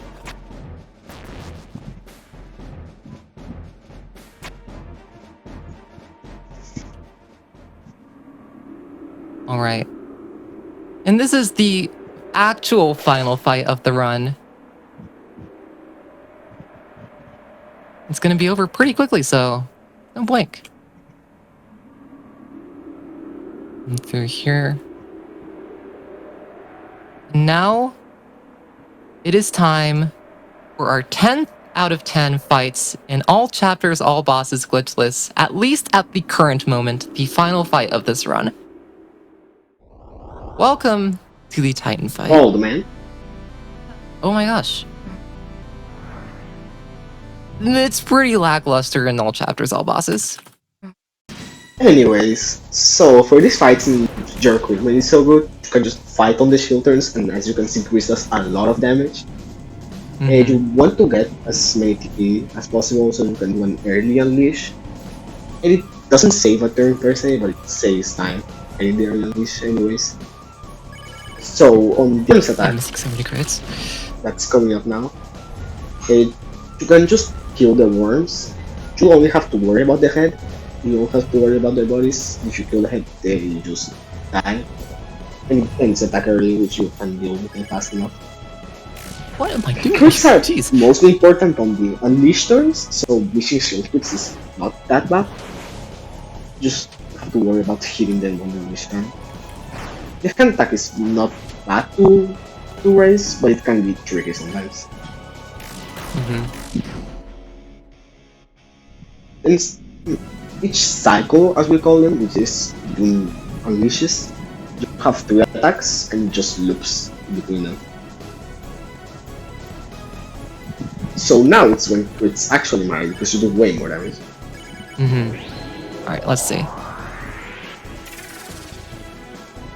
Okay, I got the ones that matters. Got the ones that matter. And now this attack, you can graze, but it doesn't really matter in this category.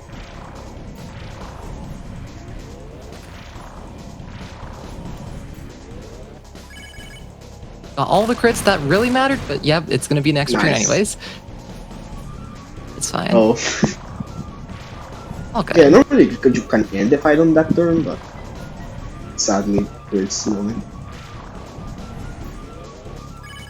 Alright. Hey, that's still the fight done. Not bad. And with that, Lecture it's- really makes a difference in this fight.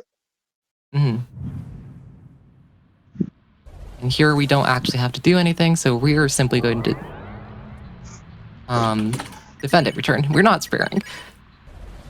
Sparing takes a little bit of extra time.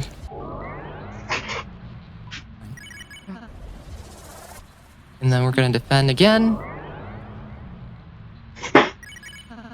And the Titan decides, hey, I'm going to heal 10,000 health. Okay. However, the old man decides that he's going to help us too. So we're going to do a dual buster. We actually don't have to do the second one. Okay. We're already through the end of the fight. What were you going to say? I know the defend all thing. Mm-hmm. And we're going to go into the Titan. Because what good anime ending is it without going inside the large enemy and defeating them from the inside out?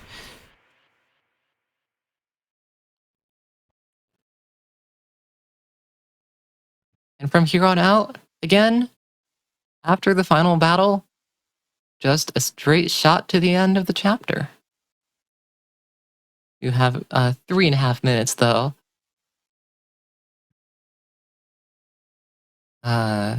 Chris gets left behind while Ralsei chases Susie, who's chasing on to see the end of this prophecy.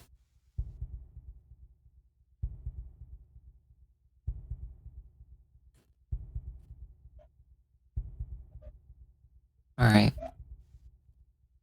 Looks like we're just over 3.5 minutes, 3.5 hours right now. Nice. Susie's bleeding. Whoa. That isn't supposed to happen. Okay. Yeah, there are many theories about what's actually going on here, but we'll never know what's actually shown and what Susie's actually saying until at least chapter 5 comes out, which we don't. 2026. Yeah, 2026. Don't have to wait too long And for this that. is the final fountain. Mm-hmm. And you'll actually, if you actually remember, we didn't actually see Chris sealing the fountain in chapter 3. So this is the first time since chapter 2. This is the first time in 2 hours that you hear this little jingle.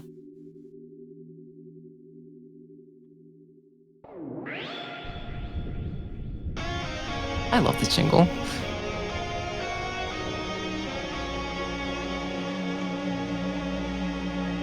It's so like simple, but it's so triumphant.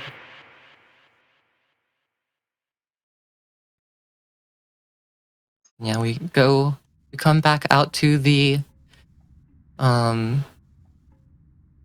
church, but no one's in here, and everything is a mess.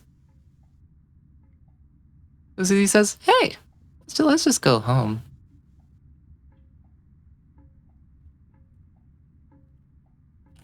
All right. And I love the music track that plays here, but the speedrun gets home quick enough that it doesn't start actually playing, and it makes me sad. The place where it rained. Right. And time is going to come up as soon as we go up the staircase at home, which isn't for a little while longer, but It's like 40 seconds. yeah. Oh my gosh, hi Hi, Sans. I remember having a visceral reaction when I saw this in my casual playthrough. Also, hi Tenna. I was thinking this went to be a cliffhanger and didn't know it was just Sans.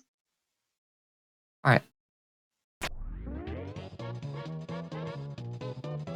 So Trail's gonna fall down. We're gonna walk past her and Sans.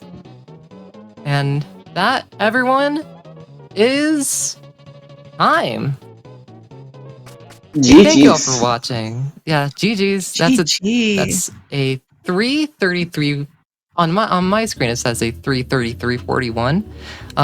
It's also a 3:32:24 without the chapter switches, which is a PB by 3.5 minutes. Let's go. I think that's a Not pretty bad. good run. Yeah. So that is Deltarune, all chapters, all bosses, glitchless. This game is really good. If you like what you saw, get Deltarune. It's on Steam. It's on Switch, Switch 2, PS4, PS5, and chapters 3 and 4 It's a just good came game. out. But You can try it. yeah, chapters 1 and 2 are free. So if you just want to try it out, play chapters 1 and 2, and if you liked it, 3 and 4 are right there waiting for you. Chistosito, thank you for commentating. If you have any shoutouts, I'll let you go first. Yeah, I'd like to shout out the Deltarune speedrunning Discord, helping the route, basically everything. Also, personal shoutouts to Trinky, Nurse, and Enoni, which are my friends. And you can go. Yeah. Hey everyone, thank you for watching. Thanks to RPG Limit Break for letting me do this run as a hidden encounter run, and thank you to Cell for hosting and also asking me to do this run for this showcase. Hello, I'm SawaYoshi. Since Chistosito also already did a lot of the shoutouts. Hi, I'm SawaYoshi. You can find me on Twitch, YouTube, Blue Sky, so many different places as either SawaYoshi or SawaYoshi YT. I have a couple cool things cooking, so be sure to check those out. Yeah, that's really all from me. Thank you all for watching. That was Deltarune, all chapters, all bosses, glitchless. Thank you so much for being on, and again, huge congrats on that PB. For everyone watching, stick around. We'll be back in just a moment with some announcements, and we will go raid someone, so stick around for just a moment.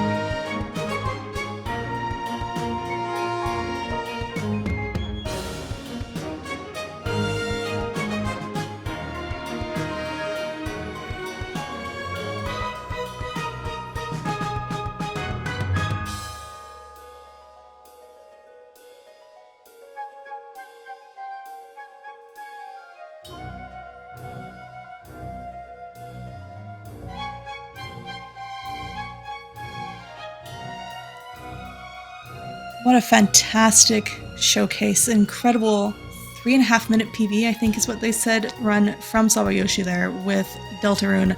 All chapters, all bosses, glitchless. Now, if you enjoy Deltarune, Undertale, that whole series, you're going to want to come back next week, next Sunday at 12 p.m. Eastern. We're going to have a random encounter of Undertale Yellow Genocide Race. This is going to be very exciting. It's going to be a ton of fun. We've got some cool folks hosting that as well. Some fantastic runners as well. It's going to be a great time. So you're going to want to make sure you come back for that. Follow the channel if you haven't already. Check us out on our socials as well to learn about all of the things that are upcoming. Not sure if you have a command for that. Also, join the Discord to stay up to date for all those things. The next Hidden Encounter, which is, of course, the show all about indie and obscure RPGs, will be back in August. We're going to have a very cool RPG that is very dear and special to me. I'm not going to tell you what it is, though. You got to come back for that. You got to come watch. Keep watching. But I am going to give you a little hint. We are going to go raid a lovely runner who's doing some speedrunning of a very cool game that might be related to next month's Hidden Encounter episode, but I'll let you figure that out. Thank you all for stopping by. Thank you all for hanging out. I hope you enjoyed today's show, and we'll see you next time.